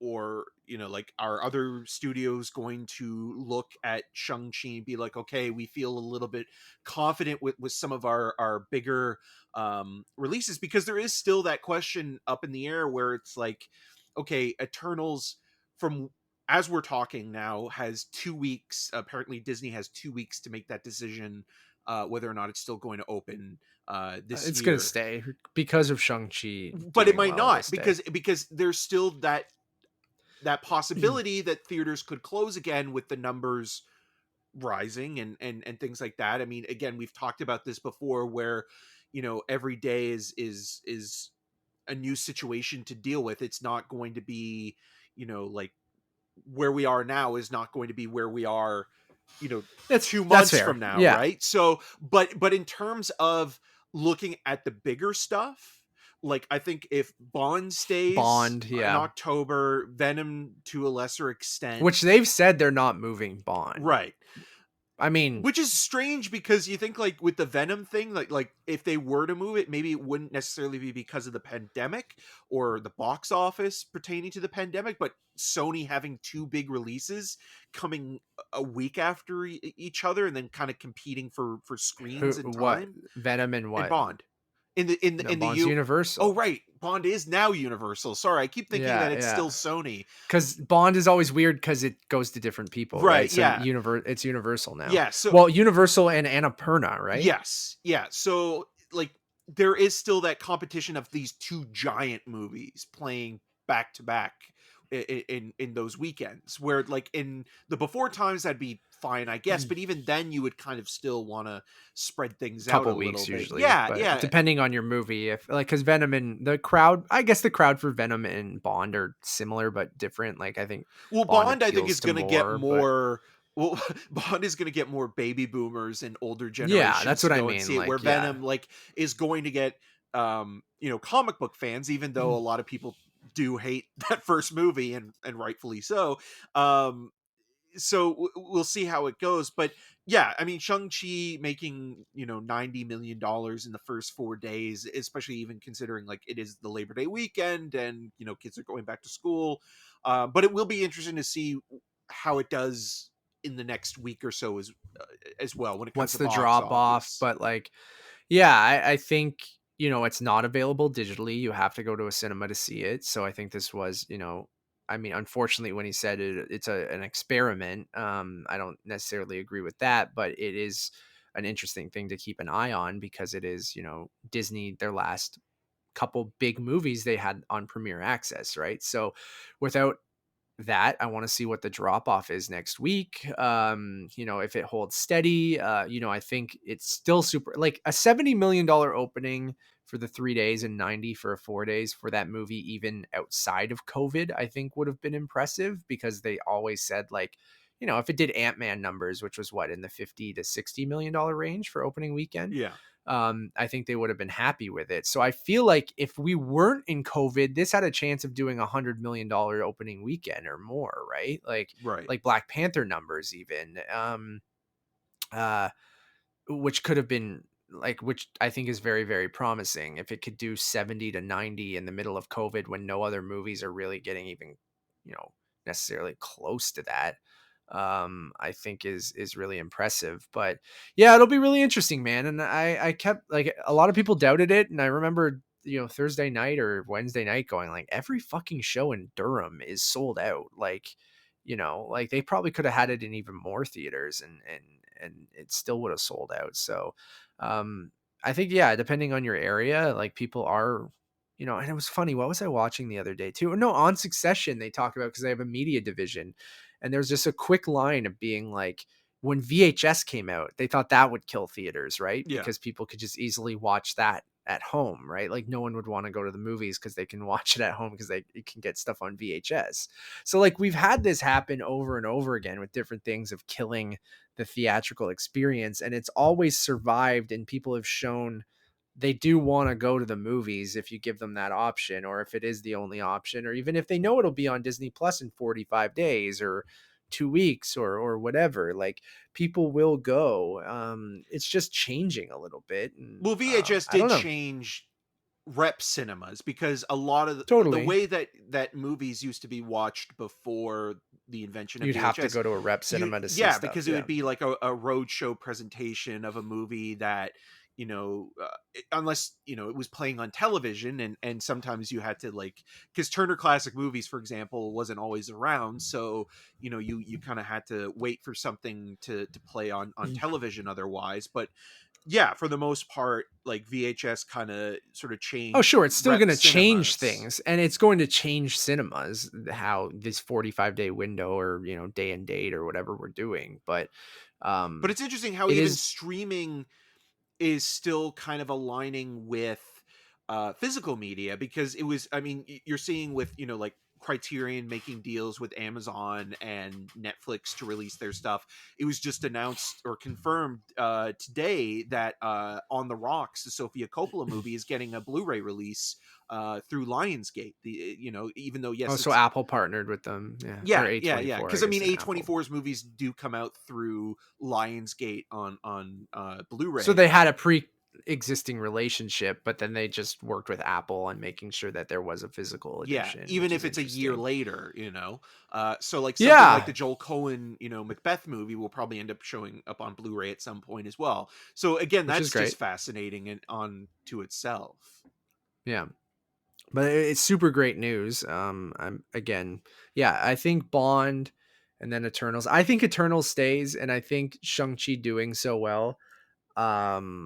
I think a lot of these yeah, it was interesting that Paramount pulled the plug on this year without seeing, but maybe they don't have as much faith in, Top Gun as a franchise or even Jackass. And I think, Jackass would have cost them nothing anyway, so like you could even put that movie on VOD and you'd probably be Or they would sell it okay. off But to a streamer, right? Like they've been yeah, doing that as well.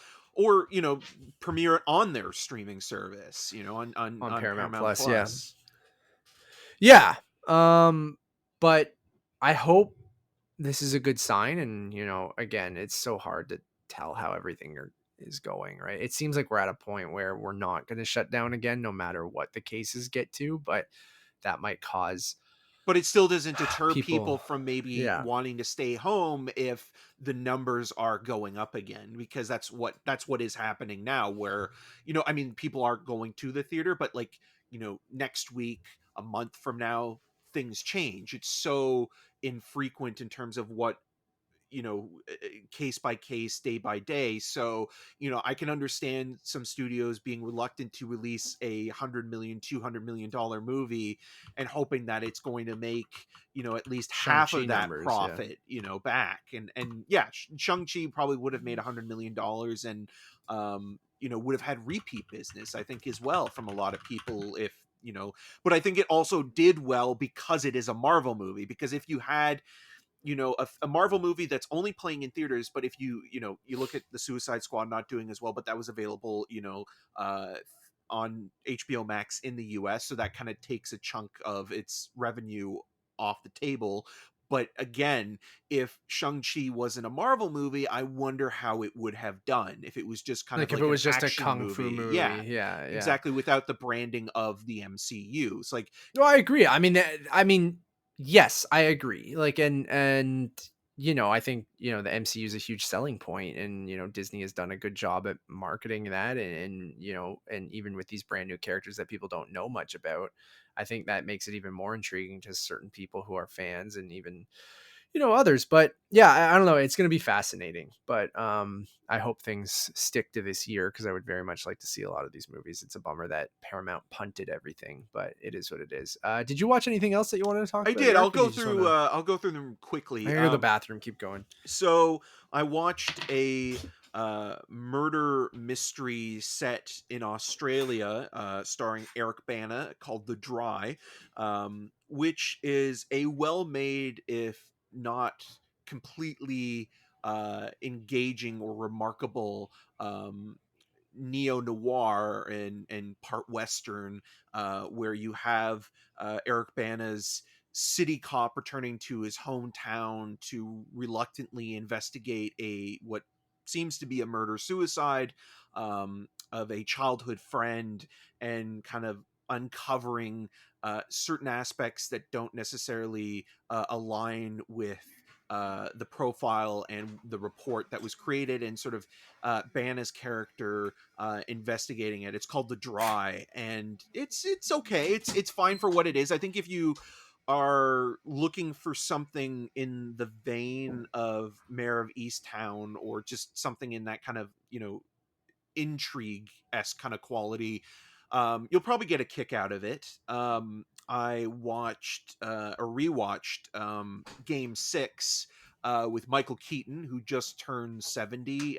It's kind of a interesting prelude to Birdman in a weird way, where Michael Keaton plays a New York playwright in the late 1980s, 1986 specifically, and he's a Boston Red Sox fan. And it's sort of as Game 6 is happening, he's trying to put together this play that he's put everything, invested You everything watched in. Fever Pitch? Is that No, what no, you I'm watched? talking about Game 6 with Michael Keaton.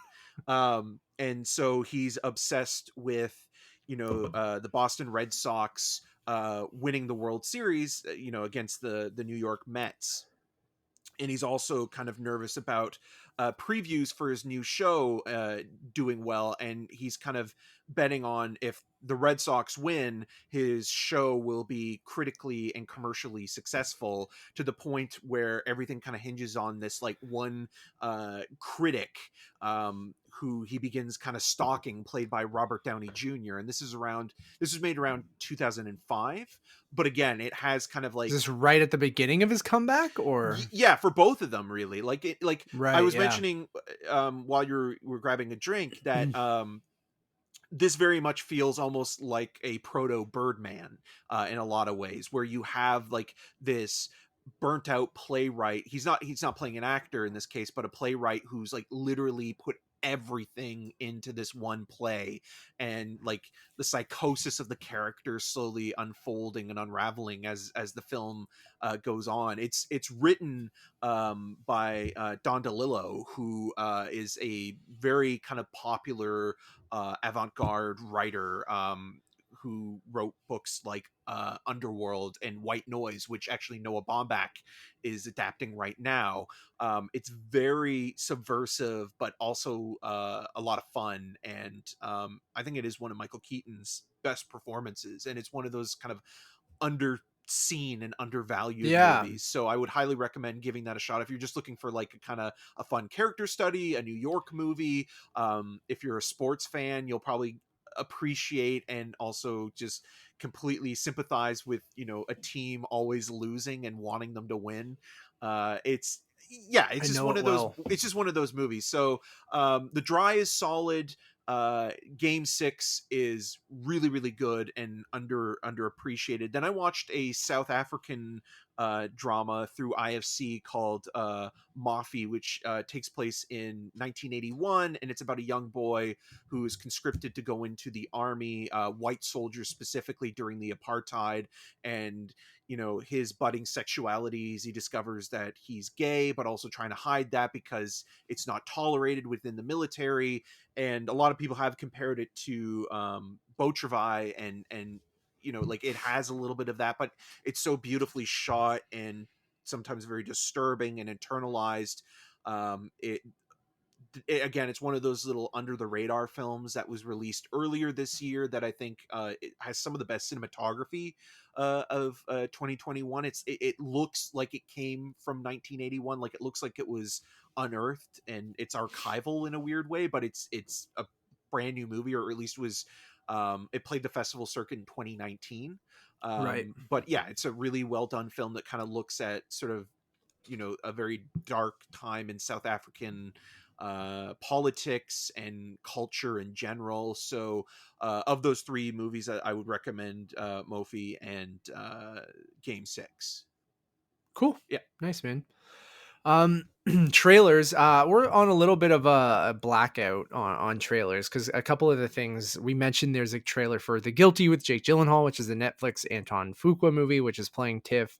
Haven't watched that. Belfast. I did not watch the trailer. I don't know about you, Eric, but Yes, I did, um, which I thought was oh, fine. okay, yeah. Yeah, it's kind of what you would expect a coming of age black and white drama directed by Sir Kenneth Branagh to be like. The good news is it looks more coherent than Artemis Fowl, which is a Sure. You plus. keep bringing that up. Yeah. I can't. I'm not Um, going to stop. Like, yeah. it's one of those things where I look at a filmmaker like Sir Kenneth Branagh. I like the guy. He's a nice enough guy. But if a woman were to, or a person of color were to have a failure like Artemis Fowl, they would be done. They'd be in director jail for a Where while. this Yeah. guy gets to go off and make a huge Disney movie, which again, has been delayed for obvious reasons due to problematic cast members. But like, it's amazing the opportunities someone like him gets Can time and time continuously get. again. Yeah. Yeah. Yeah, and then pure cinema with Red Notice and Moonfall. The trailers dropped. So Roland Emmerich's Moonfall, which Nevis, my fiance, is very, very excited for. Looks ridiculous. I'm down, sure. And then Red Notice, which just looks like a Fast and Furious movie. Like Yeah. um Well, all three directed of by them the have been guy. in Fast and Furious movies. That's what I right? mean. So it just looks like when you have fast cars, the three of them, like I like Gal Gadot kind of hamming it up as like sort of this villainy sort of character, but then Ryan Reynolds is doing his shtick. The Rock is the wearing Rock. So like, turtlenecks it looks like fancy cars, fancy outfits. with a A budget of heist. probably over Like, $100 million. yeah, and like it very much looks like they're all playing their characters from the Fast and the Furious movies. In even Ryan Reynolds is in, yeah, like you said, is in Hobbs and Hobbs and Shaw. Shaw. So, yeah, it doesn't do much for me, but I mean, we'll review it when it pops on Netflix. But We'll give you plenty of notice.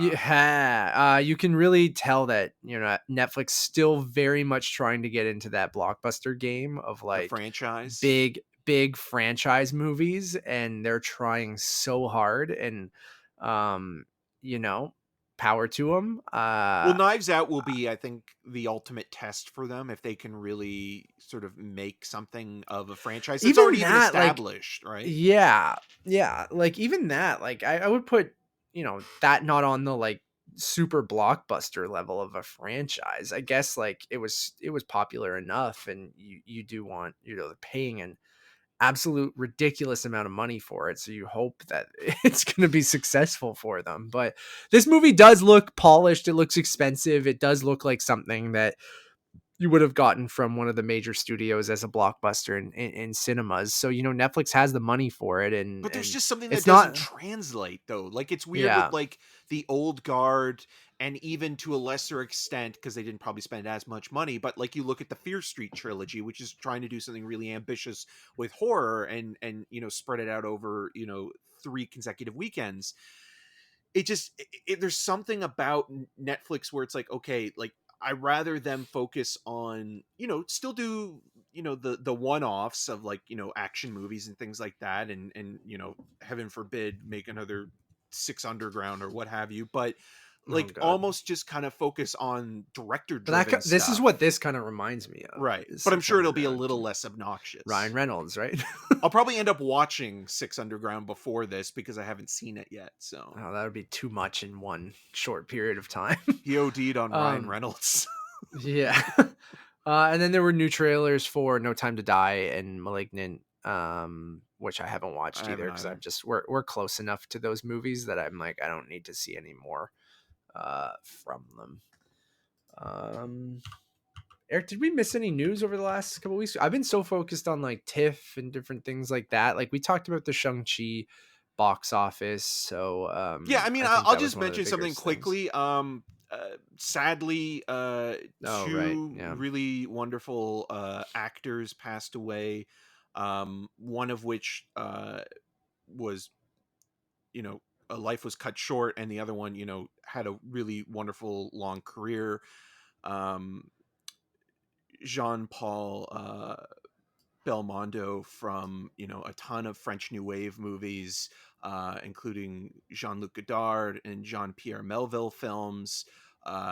Always one of those guys that, like, I mean, he was in probably some of the best Jean-Luc Godard movies when Jean-Luc Godard wasn't just a spiteful asshole, Sure. with Breathless and Pierre Lafaut. Um, but I've seen those. yeah, and again, like a very charming personality who had a big kind of goofy smile, but was weirdly warm and never afraid to do his own stunts, and a lot of fun. And then really unfortunate was the passing of Michael K. Williams, Yeah. who for a lot of people was a standout, and probably out of half of a dozen characters on HBO's The Wire, he's probably the best as Omar. But even before that, a backup dancer in music videos, and then anytime he would appear in a film, usually in smaller roles, whether it be The Road or Gone Baby Gone, or even stuff that's not that great, or as what would be considered like high class cinema, like Purge Anarchy, or even Assassin's Creed. He always added something to the films that he was in, and he was kind I of absolutely agree. he Yeah. was kind of really riding on this new high, because I mean, I didn't watch a lot of it or all of it, but the episodes that I saw with him in Lovecraft country, he was fantastic, especially because he's, you know, not what you would expect as an estranged father to Jonathan Major's character. And again, the movie I think a lot about with him is The Road, where he plays a thief that Viggo Mortensen and Cody Smith McPhee come across in one scene, and you think he has the upper hand in a moment, but then he also feels the wrath of and the cruelty of Viggo Mortensen kind of being put in the corner, and then how this thief is able to draw such sympathy, and how after he's gone you're still thinking about that character and that performance, and he's just one of those actors that, like, again, you want Always him. memorable Oh whenever yeah, and he's you in want him to stuff. be Yeah. in more, and when he's gone you continue to think about him, and again, it's Yeah. just, you know, way too young, tragic death and a tragic loss for you know, the film and television community, because again, always good and always just enjoyable to watch. Yeah, I totally agree. Really, really unfortunate. So thank you for bringing that up. On the news front, a big piece yesterday is Phoebe Waller-Bridge exited the Mr. and Mrs. Smith Amazon series over creative differences with Donald Glover. Bit of a bummer there. I know people are excited for them to reteam after, I forget that they were in Solo together. Yep. I mean, And technically a then romantic relationship on that show or in that yeah, movie. also, yeah. So uh a bummer, but you know, shit happens if they had different visions for the show, and you know, they were both co-creating it together, right? So they Yeah. must have just had different opinions on how it should go, and ultimately either one of them had to back off and it ended up being her. So they'll have to recast her role, and then it looks like Donald Glover will take more of a, I guess, a lead on it. Yeah, creative stance. But then that kind of makes you wonder. That's like the idea of what they were going for was having these two perspectives on Mr. Yeah. and Mrs. Smith. So if they bring somebody else in who's just hired to be, you know, a Or maybe they'll co-star. bring, yeah, maybe they'll find someone who can also step into that kind of collaborative role, but I'm Right. not sure. I have no idea. It's always a bummer when that stuff happens, especially when you have two super talented kind of people like that. Well, But you know, it's not going well when it's creative differences, because usually that means that there's just not necessarily clashing, even though there can be arguments and yeah, heated debate on where the production is going, but it just kind of goes to show you that not everything kind of meshes together, even if, you know, people have the best intentions. yeah, you might not be like, you know, sometimes it can be, you know, not so great, but sometimes it's just like, listen, we obviously have very different opinions on how this should goes. It's cool. If you're fine with me walking away, I'll let you guys do your thing, right? It's Like better it's to do not that always a earlier than like going into the production and filming and feeling like, you know, it's not working then, or like kind of trying to make something of it. Like if you cut ties earlier, it's a little bit cleaner, you know. yeah, yeah, totally. Um Park Seo Joon from Parasite is going to supposedly be in the Marvels, which is cool. Right. Shout out to him. Love that. He was in a small role in Parasite. He was the friend of the family, right? Yeah, who went Yeah. who went on vacation Yes, who or gave them sabbatical, that yeah. gave them the rock, right? Yeah. Or whatever. Yeah. Love that.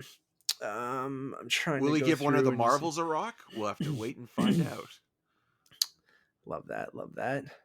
Um trying to go through and see what else. Sorry, everyone.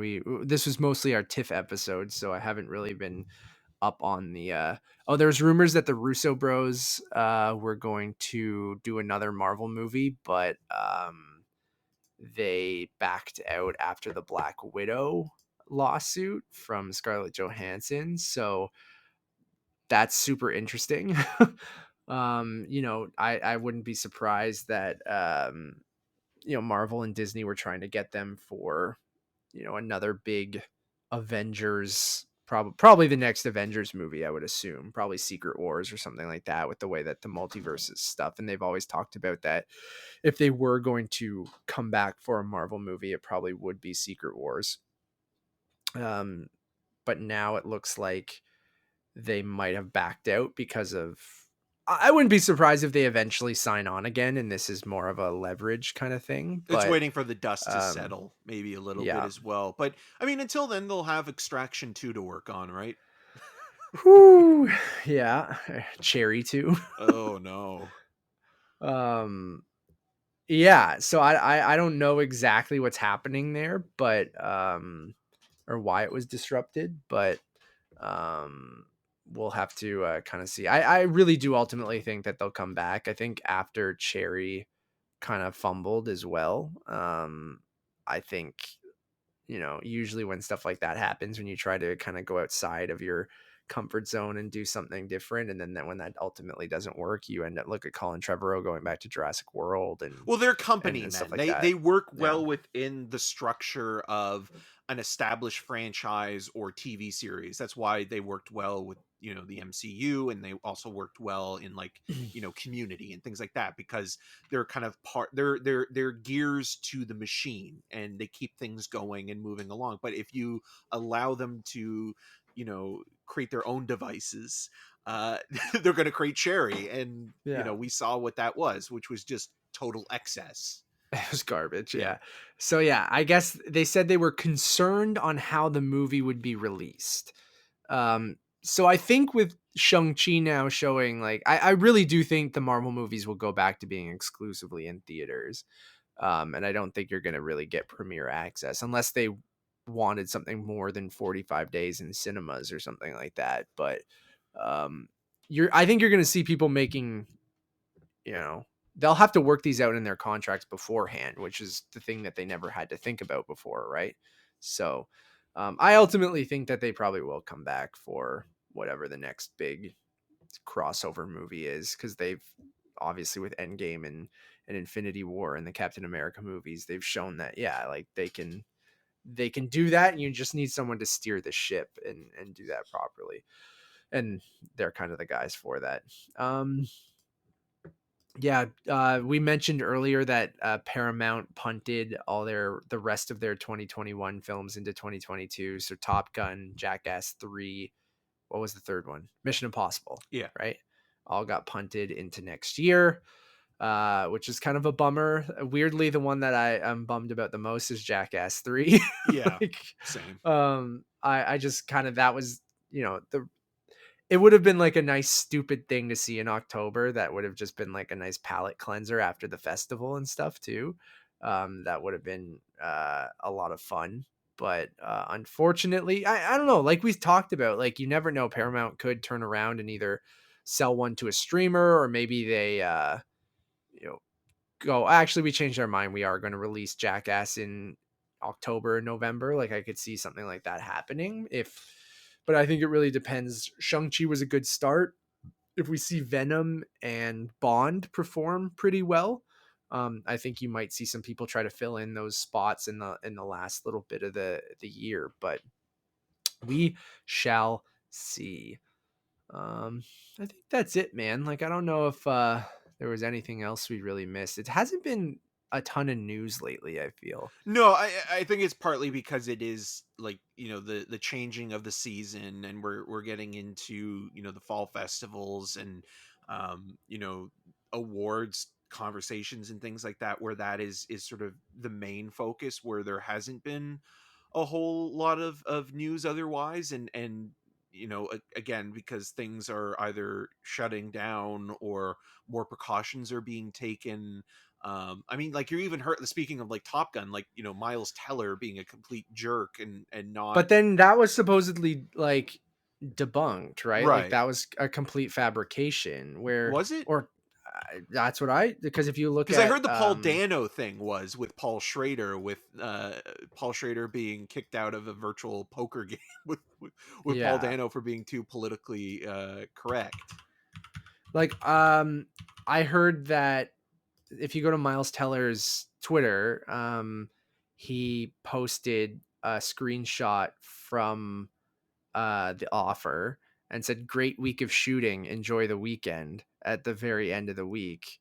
And then there was another article coming out saying that the set was not shut down, and that everyone was really pissed that, this came out, that he maybe maybe he didn't get vaccinated. I don't know, but Right. I think that he probably still needs to get COVID tested constantly to do it, and it didn't shut down production or anything. So maybe the one piece of true thing was that he might refuse to get vaccinated. Like no one came out and said that no, he is vaccinated, And maybe but the rest was um embellished or yeah, like it seems like, everyone, the article I read said that that was complete bullshit and that they didn't shut down because he got COVID, and like he seems to have, shot that entire week. I think he posted another photo of him at the Notre Dame football game. So if he has COVID, I would hope he wouldn't go to a packed football stadium. Right. But so yeah, I don't know. Like there's weird shit like that, right? That I wonder where this shit comes from, or these rumors come from, or maybe he's refuses to get vaccinated and someone just wanted to kind of get that out there, so they make up a story about him shutting down the set. I have no idea, but um I mean, if he doesn't want to get vaccinated, whatever, I don't agree with it. But yeah, that's weird. I did see that as well. And then you said the Paul Dano thing, like that wasn't true, or what? Yeah, or apparently that was also embellished. But I mean, it doesn't necessarily surprise me if Paul Schrader has sort of Talking out of his yeah, ass. Yeah. The Accountant 2 is coming out. great. Do you remember anything about that movie Yeah, I remember and it why? weirdly being sort of off base with how it portrayed autism. Yeah. And but it was weirdly like not It popular, but but it did like well, like box yeah. office wise, the first weekend or so. It did better than expected. I think that's why it's getting a sequel, but it almost feels like a sequel like that should have happened like maybe 2 years after the film Yeah. was released. I feel like people are gonna forget that it Or who even care? Like nobody cares. yeah. Yeah. But Ben Affleck's Um looking for that post Batman franchise, I guess. sure. All right, guys, I think that's going to wrap up this episode of the Untitled Movie Podcast. Eric and I are prepping for the 2021 Toronto International Film Festival. You can start getting our coverage tomorrow, September the 8th, if you're listening to this or watching this right away. We'll have reviews for Memoria or Memoria. We'll have a review for T10. And you can get all of that stuff on YouTube, on the Untitled YouTube channel, as well as on podcast services. Search for the Untitled Movie Reviews. All of our coverage will be there. We have reviews out for, Shang-Chi and a bunch of other movies that have come out over the last couple of weeks, but our focus will be on the Toronto International Film Festival for the next couple of weeks. So we'll have probably 2 to 3 reviews daily, maybe even more, maybe less, depending on the day when we have to kind of it'll be interesting, and be patient with, and you'll still get a ton of stuff over the next couple weeks. But if we have to go into the city, it's going to make it harder to record because now we have the video version that we want to do. So we kind of have to be at home to record that. Where we used to do like the on the street record the things, which are fun as well. And Our maybe in the street meet future, recording? I have a feeling in the future when we get back to the regular way of doing things, we might have to figure out a way to do that. But I like what we're doing now, and I like that version too. So we'll find a good middle ground. But the days that we go into Toronto, we might have to record those reviews the next day or whatever. So, but you'll get at least 2 to 3 reviews probably daily, upwards of 20 plus reviews over the next 2 weeks or so, maybe even more. So we're very, very excited. This is our favorite time of the year. Thank you for listening. Please subscribe to our 3 shows on podcast services: Untitled Movie Podcast, the show you're listening to, Untitled Movie Reviews, and Untitled Movie Conversations. Go follow us over on our Letterboxd HQ, which is really where you can find the links to everything. All of our TIFF stuff will be there, all of our video reviews to YouTube, all of our podcast links, everything is over on Untitled_movies over on Letterboxd. And if you haven't subscribed to our YouTube channel, we'd really appreciate it. Even if you don't watch the video version and you're an audio listener, it just kind of helps. You never have to watch the video. You don't have to see our stupid, ugly faces if you don't want to. But it really does help if you just pop over there and click subscribe. But the video versions are cool. So if you are at home and you just want something on in the background, it's You kind want to of put a face to the voice? Yeah, see my new glasses I talked about, you might wanna go over to the video version, even though that's not interesting at all, but I did spend, like, a good 10 minutes telling that story, so it is what it is. Thank you all for listening and watching. As always, my name is Matt Rorabeck. You can find more of my work around the internet, but mostly at untitledmoviepodcast.com, and you can follow me on all those social medias at Matt Rorabeck. And I'm Eric Marchen. You can find more of my video reviews at rogerstv.com/cinemascene. The latest episode of CinemaScene will be available on September the 11th, 2021. And it is Matt and I talking about TIFF. So if you want a Forgot I condensed did that. version of this, that's only about a half an hour, but you can also still see With our commercials gorgeous or faces. That will be available online starting in the evening on September the 11th, available to stream after it's broadcasted. So thank you so much for doing that, Matt. I really appreciate it. anytime, I always have fun doing it. And you can find me on the social medias at EM6211. Until the next time. Happy TIFFmas.